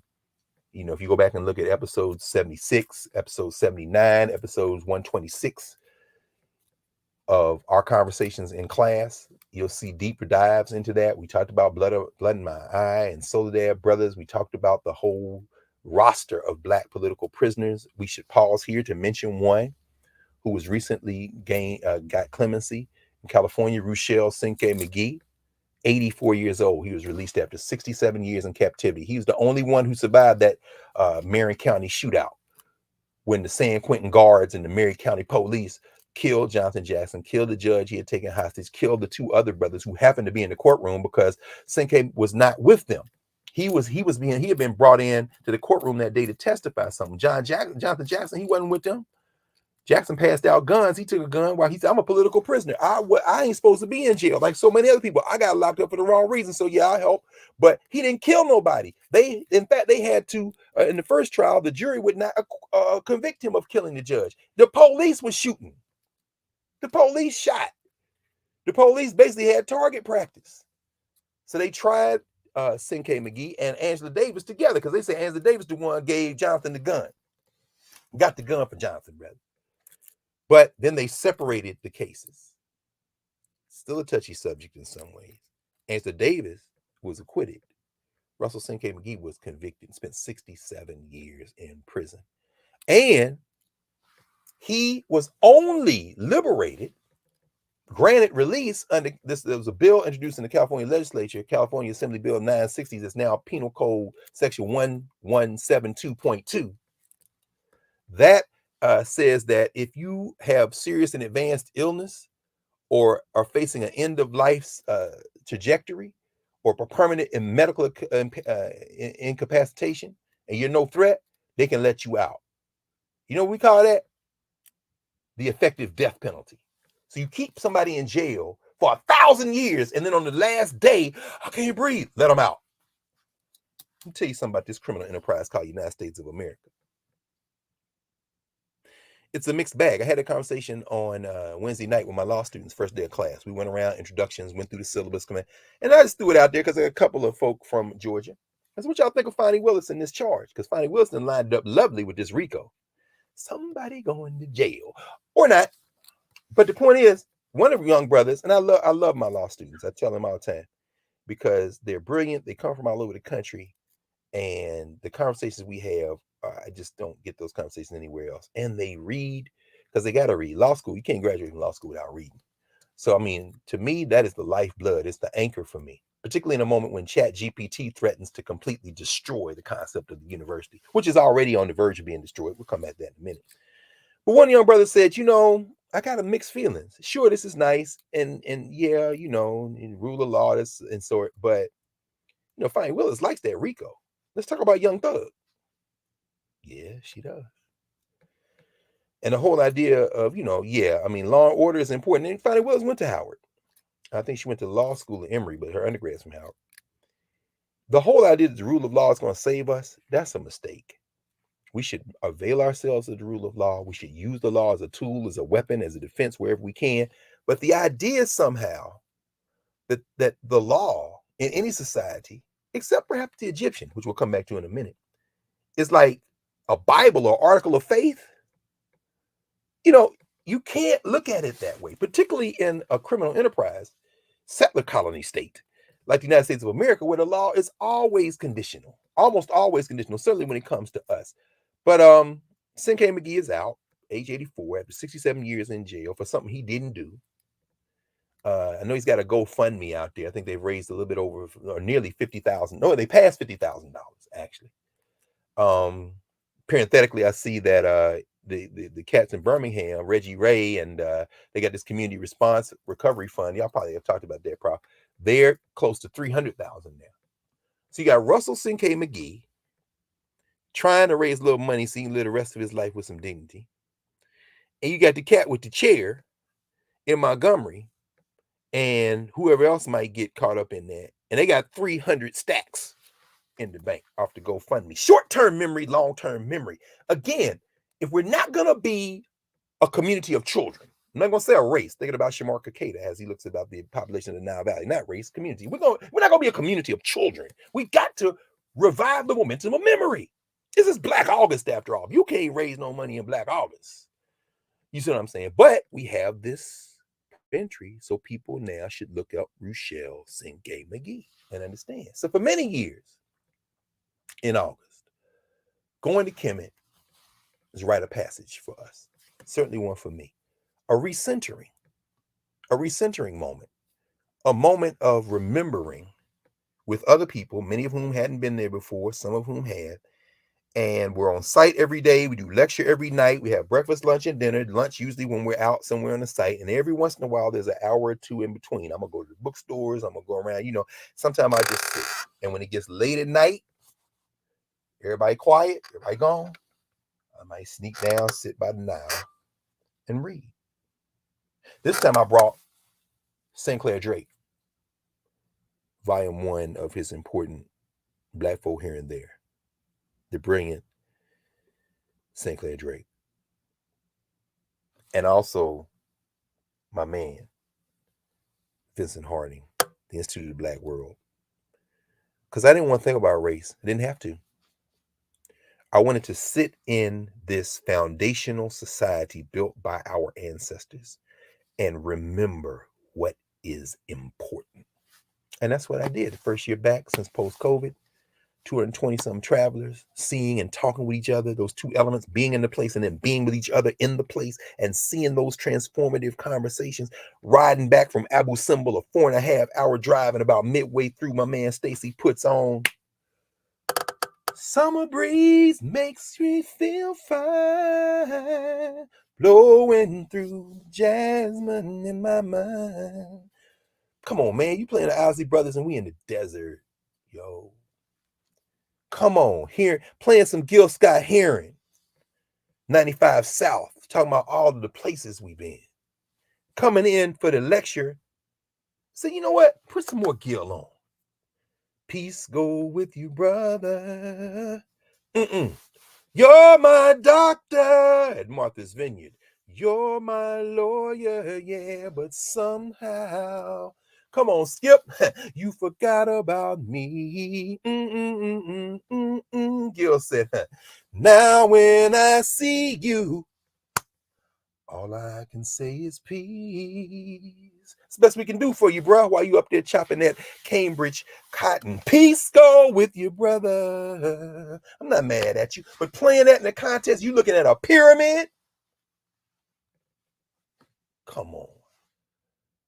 If I had a penny for every time somebody walked off of that Giza plateau and mentioned the name Maurice White, that's why they wrote in the stone.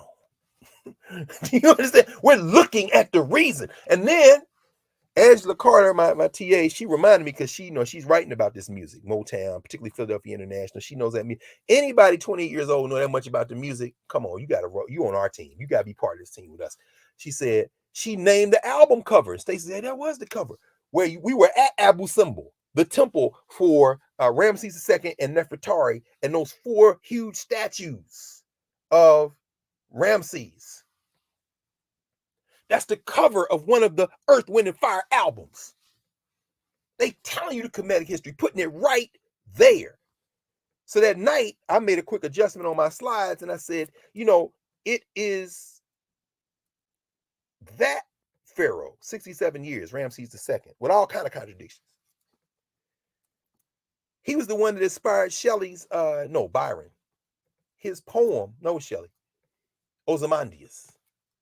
I met a traveler from an antique land who said, 2 vast and trunkless legs of stone stand in the desert, whose shattered visage, whose sculptor well those passions red, which still remain. And on the pedestal, these few words appear. The poet says, my name is Ozymandias, King of Kings. Look on my works, ye mighty, and despair. Nothing besides remains. Round the decay of the colossal wreck, the lone and level sands stretch far away. That was the poem, right? The first time I read that poem was not in a book of poetry, not in an anthology. It was in like Avengers 67 or 73. Early on, the Avengers had just defeated Ultron. And Ultron, I'm looking in this book that I got, one of the books I got that weighed a lot. It's called Egyptologist Notebooks. This is where all the white people that went into the Nile Valley in the 19th century. The early part of the 19th century, they were basically there to loot. I mean, they were there to study too, but they were taking stuff back, taking Tekken or Stella to obelisks back to Europe, taking as much stuff, taking mummies. These cats was eating mummies. There's a book called Egyptomania that kind of gives you a popular gloss on this. But let me see if I can find very quickly Abu Simbel, because that's where we went. The poem Ozymandias is about Ramses. And the idea is, I don't care how big you are as a ruler. As old folks used to say in the church, that awful day will surely come when you ain't going to be here no more. You're going to be wherever we go after this. And you wait a century or two, and everybody went and forgot you. My name is Ozymandias, King of Kings. Look on my works, ye mighty, and despair. Well, guess what? Ain't nobody here to look on it who remember it, because our memory is terrible. But he's still talking about George Washington is your father. I'm still trying to understand it. Yeah, I won't be able to find it quickly, because otherwise I would show you all what Abu Simbel looked like when the sand. Let me see. Ramses II. Yeah, because this is when they didn't have photographs, so they're taking they're drawing. And let me see if I can find it quickly. Oh wait, this is no, this is a drawing of it, Abu Simbel and the temple for Nefertari, but sand had covered much of it. And there's a whole excavation, there's a whole rescue of that temple because they flooded out where we were. Monday night, I'll show you all of this if y'all are in Nubia. So y'all come, we're going to have a conversation about that. But, being in that space, many of us who have been here from jump in class, and then in Knarrative and in Nubia, the 3 years we didn't go to Kemet, we jailbroke the Black University. And we can see some of the results now to date. We got a glimpse of it. The Pyramid Brothers who were there, these brothers ate together, traveled together, riding, talking together. I'm sitting with them, talking about child rearing, talking about bringing the next generation. It was powerful. Now that let me do what I haven't been able to do in 3 years, which was to come back here and rewrite my syllabi with renewed focus and vigor. And here first, September, we're gonna do the introduction to African Studies class again on Monday nights, first hour of office hours. Gonna be completely transformed. Going to be completely transformed. In my law class, I sat there, rewrote, then we had the conversation Wednesday night, every Wednesday night through the end of November. You know, how are we going to be grappling with these questions of what has happened since the spring 23 class? All those Supreme Court cases, the 14th Amendment case. Of course, my friend Shirley Eiffel is now on faculty at Howard. I'm looking forward to all those conversations we're going to have in the political climate, none of which we had in Kemet. But being in Kemet allowed me to remember and to ground in what it looks like to have a society where the law is differently imagined. We're going to talk about that in about 2 minutes. I'm going to put my timer on. I'm thinking about this. In my introduction to African Studies class, my Education in Black America class, and my Black Aesthetics class and undergrads, we're going to rethink of that. Because, it was just funny. I was moving some stuff around and this is a book that was published back in the 70s. This is 1976, writing about Black literature. Chester Fontenot, who's still around. He's in Georgia teaching now. This is what Chester Fontenot says about reading. In 1976, he says, obviously, such a proposal for deep dives into Black literature is formidable. It's a formidable undertaking, especially when one considers that with the rise of technology, film, TV, and the like, students have all but abandoned the serious study of literature as an important way of gaining cultural knowledge. We in elementary school, you, me, bunch of us, he's writing this in 1976. He's worried about people not seriously studying literature. He says, this stampede away from literature is joined by those who have waited for the appropriate moment to escape the quote-unquote Miss Grundys in the English profession, the sticklers for reading. He says, in short, students are less capable of reading with comprehension and of writing effectively than they have been in previous years, despite opposing claims that students are at least more sophisticated than they have been in the past, and that they are better able to communicate verbally than previous generations. Professor Fontenot, brother, says, I am now willing to grant that students express themselves more coherently while speaking than when writing. Such a proposal threatens to widen the gap between verbal and written modes of expression, which I would like to close. Me too, brother. That was 1976. I was 11 years old. I'm 58 years old now, going back in the classroom, facing with Chat GPT. So that's a different question I got to raise now. The question now isn't whether they're better or worse with writing. The question is, what happens when writing is taken out of the equation? What the hell? What do you do with that? Okay, did you read that? Did you write that? That ain't the question no more. Do you need to read or write it is the question. So I have to rethink that, focusing on literacy without literacy. The astonishing performance of mastery without acquisition of mastery. Everybody a master now, which means nobody master because nobody took the time. It is a study in what you do when you have time, as young Sankara asked Larry Crow the second night we were there. How do you become gods? As you titled it, the conversation we had last week. What do you do when you have the time? This journey was highly concentrated. It was very intense and not without fraught moments and challenges, because COVID ain't over. We had some people who had a couple of COVID challenges. We had elders. We got several doctors. Shout out to the doctors who went with us, who jumped in the fray and did that work to help us get through that. Something we learned. We got a plan for that going forward. It's all possible because the CDC say you got to treat it like the flu. Yeah, but it still means isolation. It still means you got to check yourself. Still means you got to test. Still means you got to mask up. These are challenges. But the key theme, again, that race is not the issue. That we're not backmapping race into antiquity is very important. We're not going to get sucked in by that stuff on the wall. So here's the challenge. As you know, we think about countries now in 2024, in the so-called modern world, the contemporary world. But as this concept and network of states dissolves, today's front page of the New York Times, Joe Biden trying to get Japan and South Korea to stop beefing with each other so they can go against China. And the New York Times thinks that part of it is because he's worried that if Donald Trump get back in power, he would mess it up. But guess what? For all intents and purposes, the nation state, as we think about it, is disintegrating around the edges. Deals are being made across state borders. We had long conversations about the struggle in Africa now in the Sahel. Because we were in Egypt. We're on the east side. But right below Egypt is Sudan. And from Sudan in the east all the way through to Guinea in the west, those countries are in various forms of struggle. Deborah Hurd gave a brilliant conversation about the relationship of Nubia to Kemet, Nubia to Egypt. It was flat foot brilliant.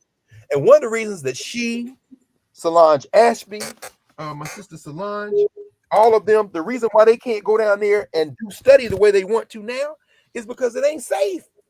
The Sudan is where Nubia sits, southern Egypt, northern Sudan. And you can't go on the digs because you can't, your safety can't be guaranteed. We talked about that work, but the nation states that we knew growing up, those things are fraying around the end.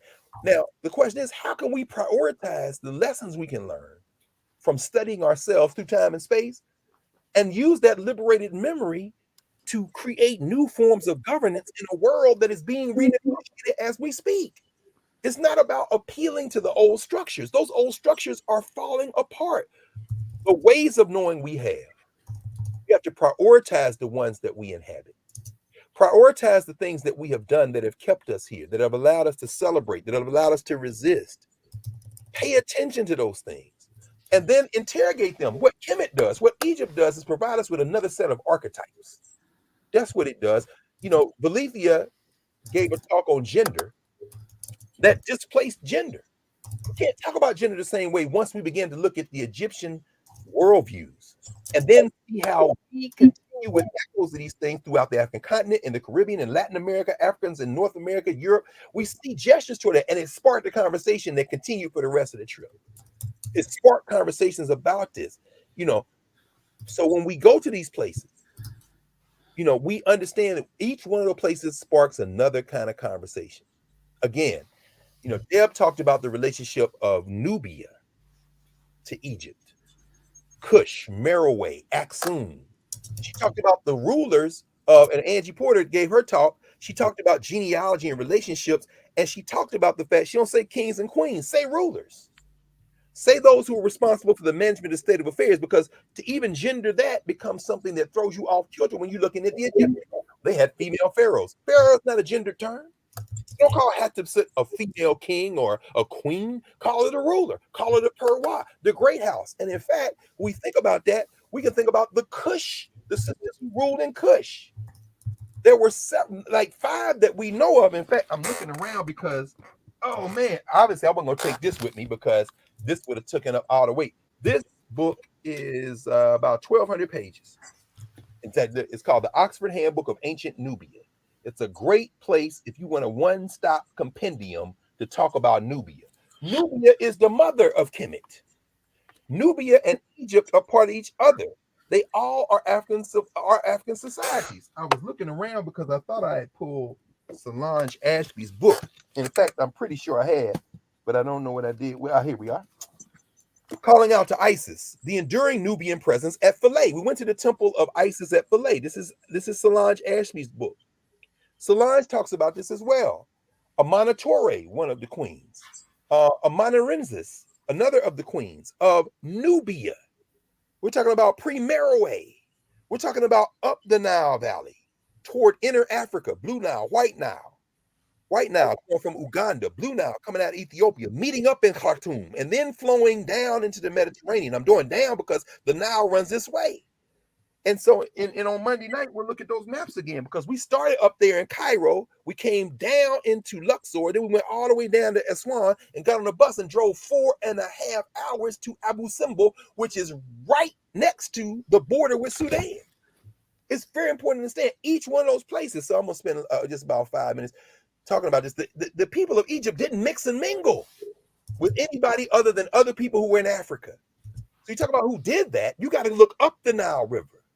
You got to look to those people that look like Manute Bowl people. You understand? That's where you see all of the foundations, and they come into the Nile Valley. And the Nile Valley was once part of a lush greenland that expanded beyond the Nile Valley when there was still rainfall in that region. Oh, Deb did an incredible job on the geology. In fact, there's a book I picked up while I was there. I got it right here. It's called A Gift of Geology.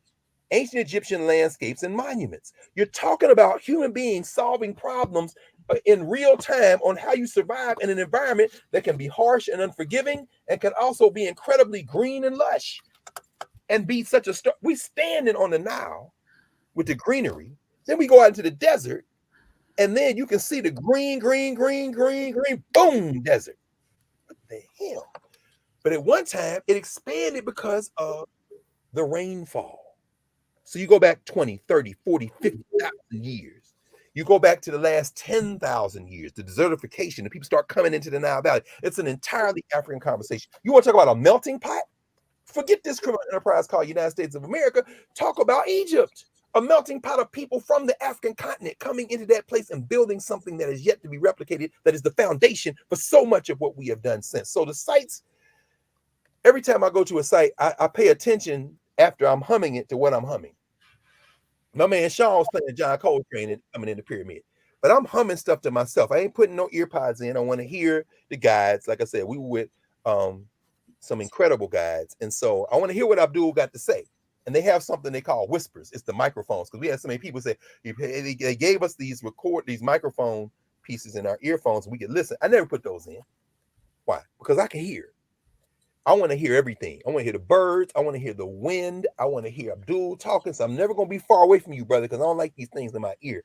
And the meanwhile, I'm walking through the temple of for Isis at Philae, and I hear myself humming, "Oh Mary, don't you weep." Why? Because Mary, the Virgin Mary, was Isis before. When the Romans came in there, you see where they chipped her out the wall because they said this is pagan, but then they took the template and put it in Mary. What they didn't chip out was the Madonna and Child. You didn't chip out Eru being breastfed by his mama or set on the wall. You converted this temple into a church.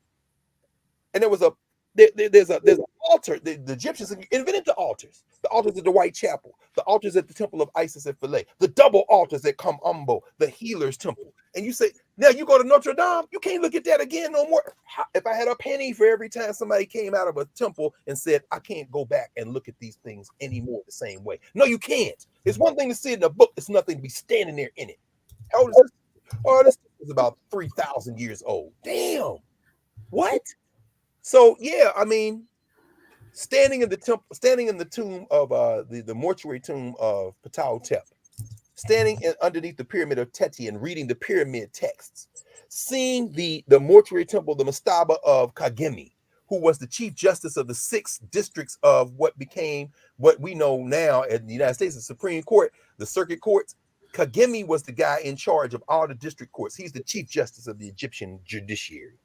And he's writing about what it means to be have law. In fact, there's a great book that I recommend if you can find it. It might be out of print. I hope not. Constance Hilliard, Dr. Hilliard did a great job. Intellectual Traditions of Pre-Colonial Africa. This isn't Asa Hilliard. This is Constance Hilliard. It was published by McGraw-Hill. The reason I love this book is because it's all primary documents. And so if you want children to understand, here's Pharaonic Egypt, Part 1. Part 2, Ancient Nubia. Part 3, Hellenized Egypt and Nubia. Part 4, Byzantine and Romanized Carthage and Numidia. Part 5, Byzantine, Coptic, and Islamic North Africa. All primary documents.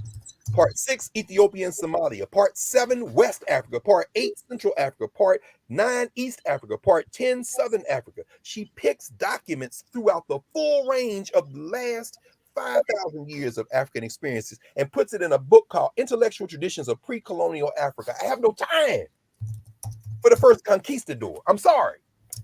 I have no time for the first Negro that fought with George Washington. I have no time for the first Negro that went to Harvard.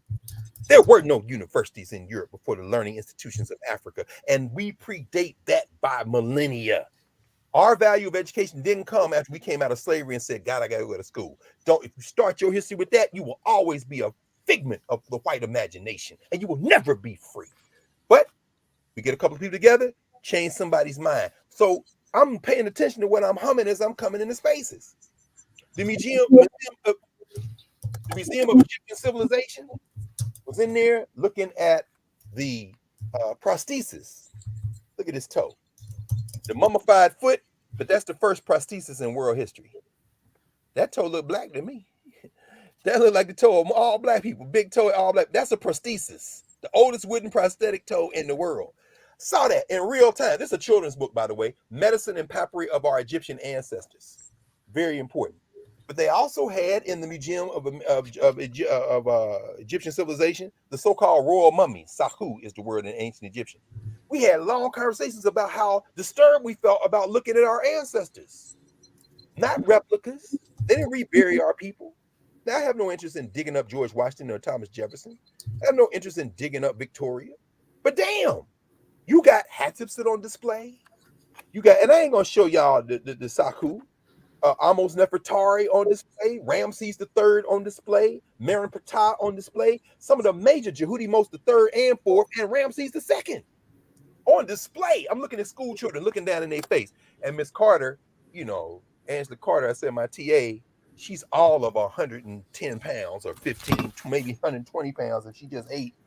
And she parked herself at the head of like Seti the First and just refused to move. This little slip of a thing, and made them scouts and children who were in there on Saturday on their day move around her. You're just not gonna disrespect the ancestors because they was talking loud, you know.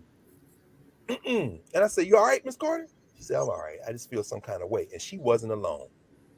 How do we feel when we look down in the faces of our ancestors, the indigenous people? And we talked that night about the indigenous folk who have fought to get their ancestors back, about the South Africans who said, "You're going to give us back, Sardi Bartman, French." And so the so-called Venus Hottentot in the social structure language was brought back to South Africa, given a state funeral. The Herero people in Namibia and others say, you know, y'all gonna get them skulls off display up there, and the Germans, y'all gonna bring our people back. And then we still looking at the pharaohs. Now, it cuts both ways. I'll come back to that in a second, realizing what time it is. I'm kind of wind this up in a second. Some of the other sites, the White Chapel of Sinwosrit. Oh my goodness, that's where we had the libation. That was so powerful. I'll say less about that. That libation was so powerful for all of us. That's the White Chapel. That's the place my mom prayed. In fact, y'all indulge me for a second because I'm going to get this photograph that I keep on one of my other working desks. I'm going to bring it and show it to y'all. This is when my mom went. I think it was 2010.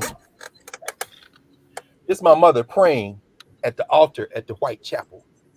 Stone Cold Christian. That's the White Chapel, which was erected by Sinwosrit the First. This was in the Middle Kingdom of Kemet. So we're talking about 4,000 years ago.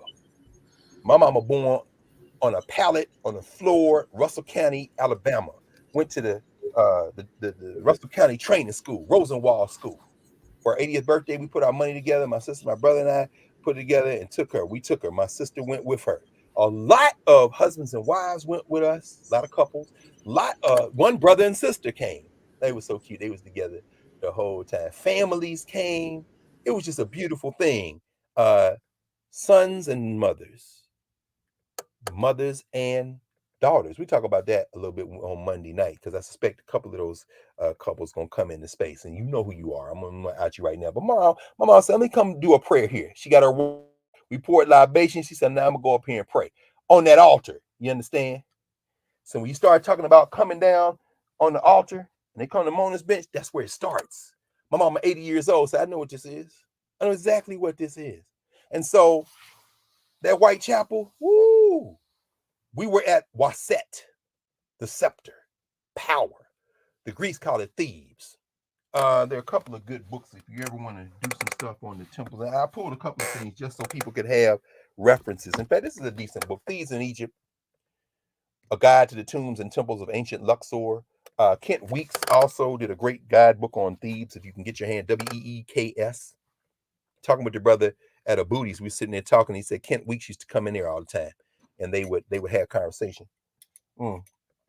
Important American Egyptologist. But as Deborah Hurd reminded us, she said, "I just do my work. I don't argue with Egyptologists." Deborah Hurd and her colleagues who have put together the William Leo Hansberry Society. That's a story for another day. I think I talked about it a little bit last week, so I won't go on. But at that White Chapel, you see the power of the thinking classes. It was the priests. It was the thinking classes in Thebes and Waset that held the center of power, even when pharaohs came and went sometimes. So much so that by the 25th dynasty, when you see Pianki and them come in around 700, 750 BCE, 2,700 years ago, and they come down the Nile to restore order from Nubia, he stops. Constance Hilliard got the document in her book. He stops at Thebes. He said, y'all got to wash me. Y'all got to dress me. I got to shave. I got to come in here and worship Amun Ra, because I am paying respect to y'all. What is he doing? He's doing it because he says, as a Nubian, I know what this society is. I am the son of Amun Ra. I am here to restore order and drive out these invaders. But he's also doing it. It's a brilliant move politically. Because once you get the intelligentsia on your side in Kemet, you can stand, because you can't short the priesthood. In fact, there are a couple of rebellions we talked about while we were there as well. That White Chapel, Metnet Habu. I talked about that last week. What happens in the 20th dynasty after Ramses, at 67 years old, passes away and his sons start taking the throne? You begin to see the deterioration of the Egyptian state, imperialism. We don't need to talk about empire in terms of World War I, World War II, 30 Years War, 100 Years War. Sure, talk about all that, but talk about it in terms of African foundations. What hubris is hubris, regardless of culture. What can we learn from a society that engaged in expansion in a way that might not have been the best thing? I got a popular book while I was there as well. One of the more popular books, Ancient Egyptian Warfare, Tactics, Weaponry, and Ideology of the Pharaohs, Ian Shaw. And he writes about in here Jehudimos III, who came on the throne after Hatshepsut, and Ramses II.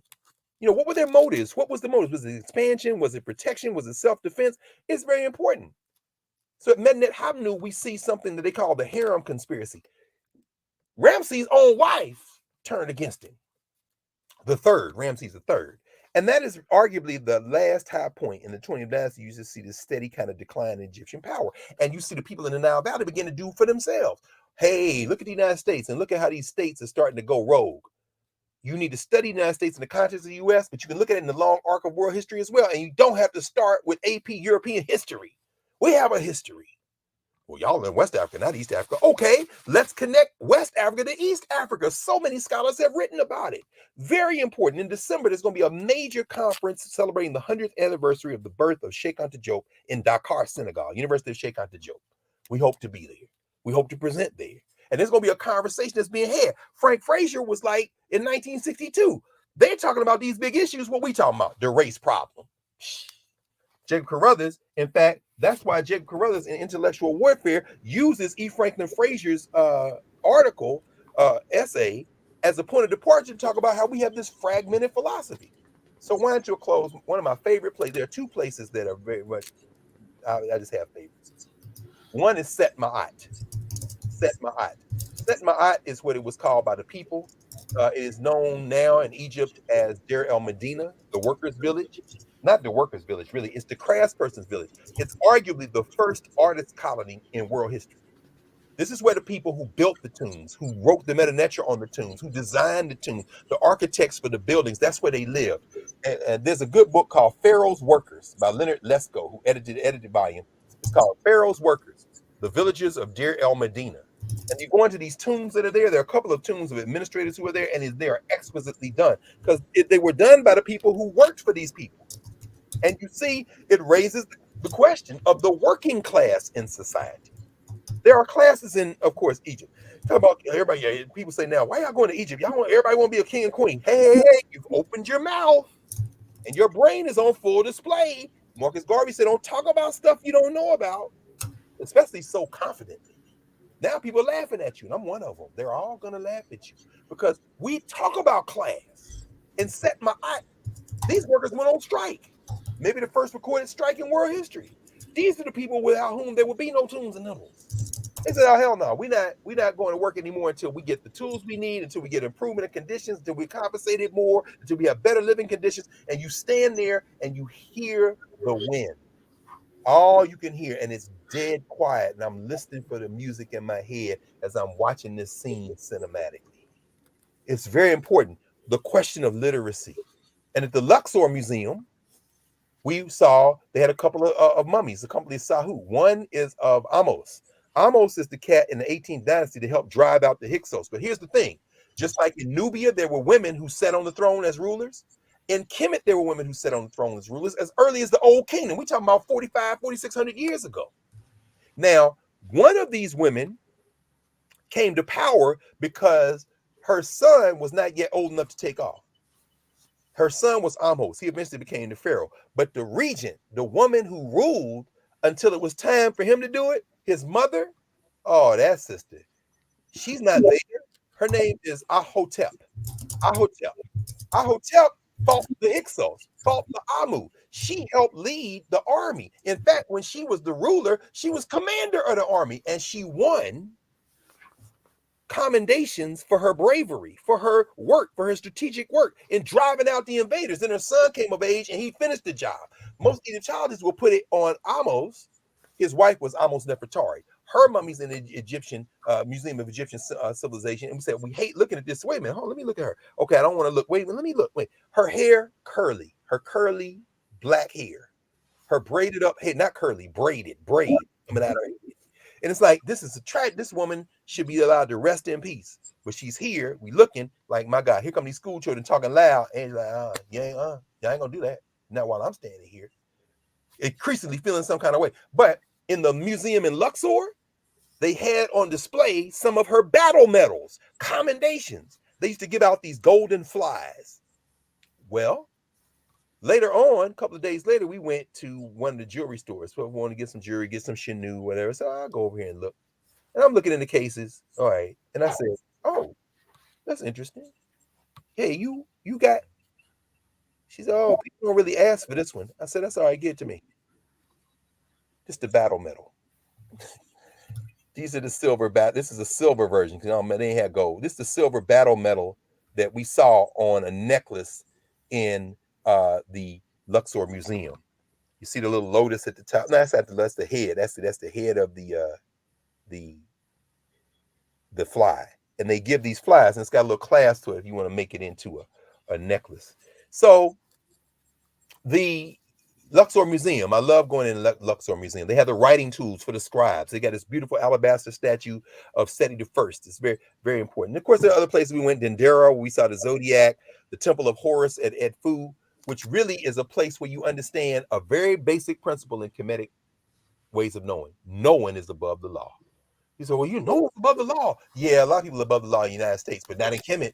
Even the Pharaoh, nobody's above the law. That's why when Pianki came down there, or Shabaka, rather it is, in 25th dynasty, came down with the Shabaka stone, the so-called Memphite theology, he's like, this is the order of the universe. My art lies in it. And I spent more money than I should have, but my man, hooked me up. This is a book called The Presentation of Ma'at, Ritual and Legitimacy in Ancient Egypt. This is Emily Teeter's book. I got this book because there's a lot of conversation in here around Abydos, my second favorite place. Set Ma'at is one of them. Abydos is the other, or Abdu, or Abydos.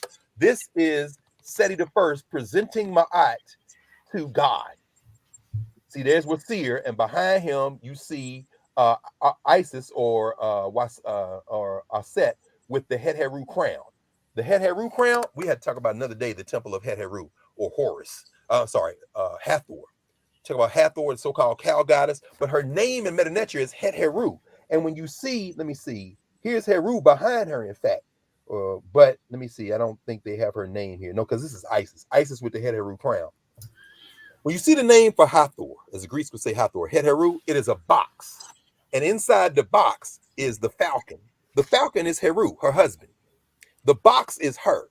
She is literally the house of Heru. See, we're going to keep messing around with these Europeans talking about all this stuff, feminism, black feminism, womanism. Or you can look at the Egyptian. How do you even say the name? How do you even deal with gender when there is no word for wife? They would say, oh, wife. That ain't a wife. That's not a wife. That's a house. And if she go away, he's finished. In other words, what is the relationship between a woman and man in a relationship? The house of Heru. In other words, I'm Heru, and this is my wife. No, I'm Heru, and here where I live.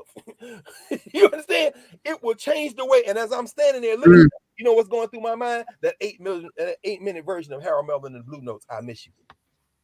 I got another job. I know you don't believe me, but I swear it didn't change. Yeah, because you ain't got nowhere to live. This is the house of Heru. You understand? This is your house. You done messed up. You don't just miss her. You can't live without one of the words for wife that the Europeans would translate as wife is Hemech. That's on the wall at Abu Simbel. That's the wall where you see Nefertari, the wife of Ramses. Wife, it's a well of water. What is water to somebody in the desert? They translate that as wife. No, just translate it literally, well of water. In other words, what is the relationship? Misogynoir, if you want to address misogynoir, don't look to the Greeks. Forget Lysistrata. Don't go to Wonder Woman in the Amazon. Go home. My God, how much more will it take? And so school starts, K-12 and college started. We talked about Garvey's birthday. We talked about the fact that he's talking about literacy. As we bring it in for Atlanta for this Saturday, it reminds me that I read an article, you probably saw it, Prof. It said half the people and over half of young people use subtitles when they're watching movies because they say the sound is quality is bad. And I'm saying I know a lot of people who watch subtitles too, but I just wonder what we're doing when it comes to being able to focus, even being able to listen. Studying nature requires you to slow down. Mm-hmm. The process is sit with it. Sit with it. Don't make it easy. Listen. No doubt the work begins when we return. Now the work of what we did the last 2 weeks will now begin to pay off. It's going to show up in our work. It's going to show up in how we work. That is the fight. And that's why, even with the AP course, the critics of the AP course, Robin Kelly, Keongi Amata Taylor, so many others, a lot of legitimate criticism. But one of the things they say is that, this AP course in African American Studies, it talks about ancient Africa because that's no threat. The reason it may not be the threat it should be is because we haven't taken the time of tying deep time Africa. I'm even going to stop saying classical or ancient Africa. We haven't taken the time and done the work to tie deep time Africa to now. As we do that, we then begin to realize we're not studying the African past to feel good, although that's a residual effect. We're studying it for what it has to teach us about what it means to be human in the world and how to build a better society, because they pulled it off, problems and all. Problems and all. We've got to be able to do that. So we'll start in September. We're going to redo the Introduction to African American Studies course. I've been retooling it based on the first time we did it. It's going to be some similar stuff, but it's also going to be a lot of different stuff. And we got a renewed work focus now. We're going to do that.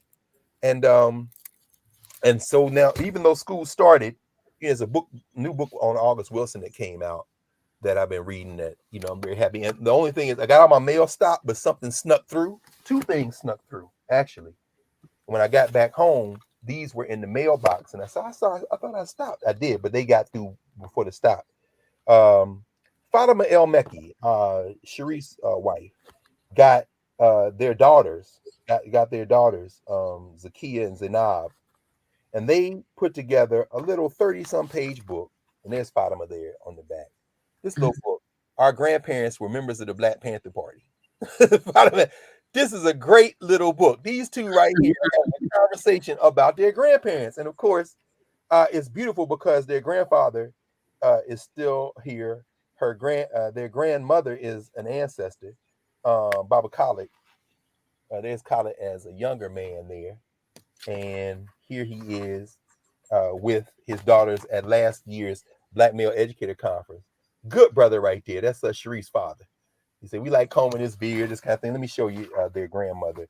There they are together before she made transition. And there, as the baby putting her fist up. So that snuck through. And the last thing that snuck through, I'm so happy about this. She wrote me a little note, and obviously I wrote her back, and I will see her on the 15th. On the 15th of September at 1:00 at Temple, the public memorial for Charles Blackson will be held. And Noelle, his daughter, it was just a beautiful thing. She actually sent me, and her cousin Alex Mitchell had reached out, one of my former students who's now at the California African American Museum, who went to study abroad with us when we went to South Africa years ago. I guess it was around 2007 or so. Alex, just a first rate, just a good sister, brilliant. Parents, Philly born and raised. That's her cousin, Noelle. And of course, Mr. Blockson, I always talked about Noelle. We were talking, exchanging notes, but she mailed me a copy of the private ceremony program. So this is Mr. Blockson's program from his obituary. At this point, I got so many obituaries over there. Chuck Brown, Marion Barry. I don't even want to think about it. But this is the two of them. It's the centerpiece.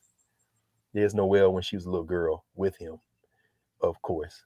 And I will see her. So this is him playing football one of the four horsemen. Probably people know the name Lenny Moore or Rosie Greer.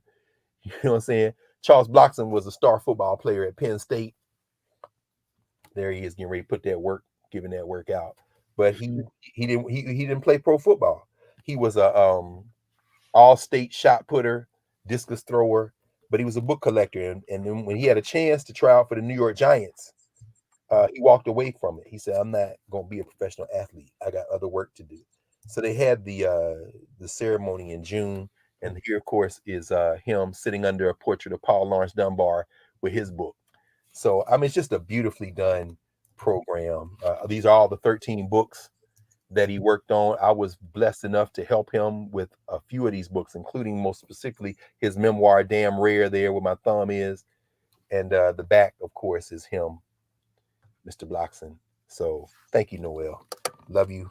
I'll see you on the 13th. I'm on the 15th. On the 15th at Temple. And so just letting y'all know, spread the word. If you're anywhere around Temple, you get a chance to celebrate the life of Charles Blockson. So I will end with that. Whew. First of all, your chair is stolen focus for some people. I know. I got. Well, look, the one wait, hold on, I have from you, I can now put it together. That's all right. I was gonna say he has a chair. I think he likes this chair. No, and a chair is still a chair, even if there's no one sitting there. Come on now. You know, I'm just let the man's chair squeak. It is part of the program. If you are comfortable in that chair, sir, you do not have to put together the new chair that you have or all Actually, of the. You know what you just did? You just Professor Hunter, I think the linguists might call that a semantic translation. Because typically Hathor, the Greeks will call her Het Heru, would be translated as the house of Heru. But what you have just reminded us, perhaps we should translate it as the home of Heru. Because a house is not a home. I think you just gave us a new way of thinking that. See, that's why the momentum of memory is important. I think you just retranslated the home of Heru. That's what it should be. Damn, that's what it should be. That's brilliant. A chair is still a chair, even if there's no one sitting there. But a room is not a house. A house is not a home. When there's no one there. Come on now. Yes. So hold me tight. You better look. You know what? Next time I go to the Temple of Heru, that's gonna be playing in my head. And this is the work. This is what we do. You know, the momentum of memory. I can't thank you enough. You know, somebody was like, I have to sit here and, you know, the process of building and growing and building and growing, it's never ending. And sometimes I get overwhelmed because I'm like, well, I have enough time to do everything. Because every day that I sit with you, there's more things to do. You know, it's like, oh, now we have to build this system. Now how do we even do that? You know, there's a lot of people got opinions about things we need to do, but the work is in sitting and building the architecture that will allow it to live for thousands of years as I'm watching these structures still exist. The steps y'all took, the places you went, thousands of years, because somebody sat and planned. Those pyramids took 20 years, most of them, 20 years. And a lot of those projects got abandoned because they weren't perfect and got started all over again. Many of us aren't even willing to do that with our own lives, period. Right? So, what you just said is so important, because one of the things we talked about everywhere we went in the pyramid age, because they talk about the bent pyramid of Sneferu, but Mario, it was brilliant. He's reading some recent scholarship, and he said, now there seems to be an emerging consensus that it wasn't that Sneferu builders made a mistake.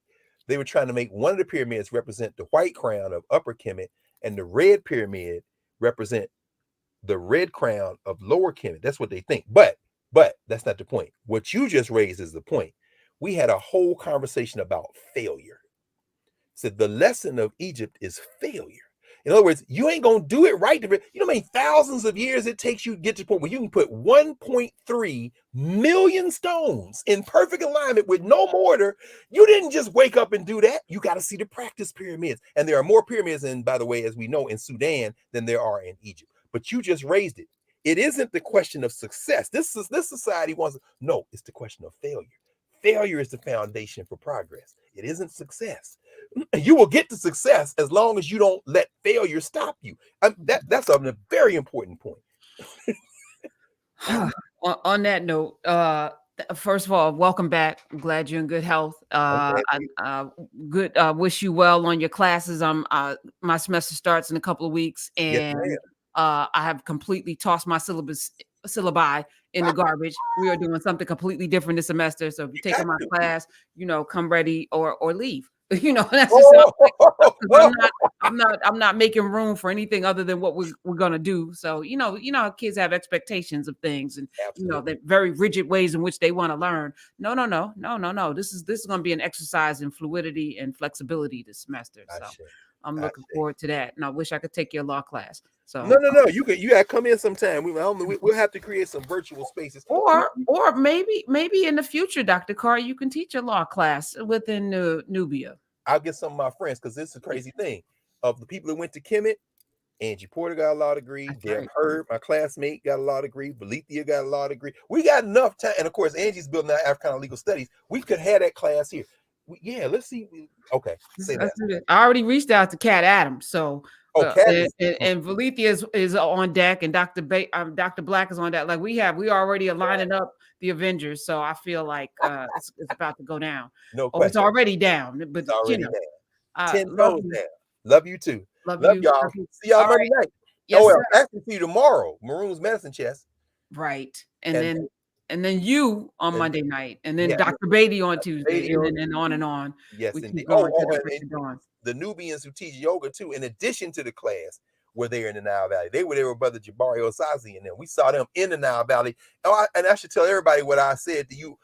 We were in, don't go away. We were in, where were we? Wasset. We were in Thebes. And I heard Dr. Carr, and these people start screaming. They come walk to us. They were over there with Jabari Osazi and his family. There was a bunch of people over there. And Tony Browder just came back. Ashraf Kwesi was there while we were there. A bunch of people going back. The first thing they said was, y'all here? Yeah, we were. Tell Karen Hunter I don't miss her show. I'm talking about we in Egypt in a temple, and they're talking about tell Karen Hunter I don't. Thank you. I'm glad you read, because that pricked my memory. I mean, it was unbelievable. I just wanted to pass it on. So I did my due diligence, sis. I told her. Okay. And now it's public record. Public record. And so I'll see some of y'all on the Karen Hunter show on Urban View. Lurie's there as well. So come on through Monday at 10. She's 10 a.m. I'm at 3 p.m. And in between is a whole bunch of other goodness. So and of course, Joe Mapson. I love you, Dr. Carr. Love you too. Love you too, Bob. See you. See y'all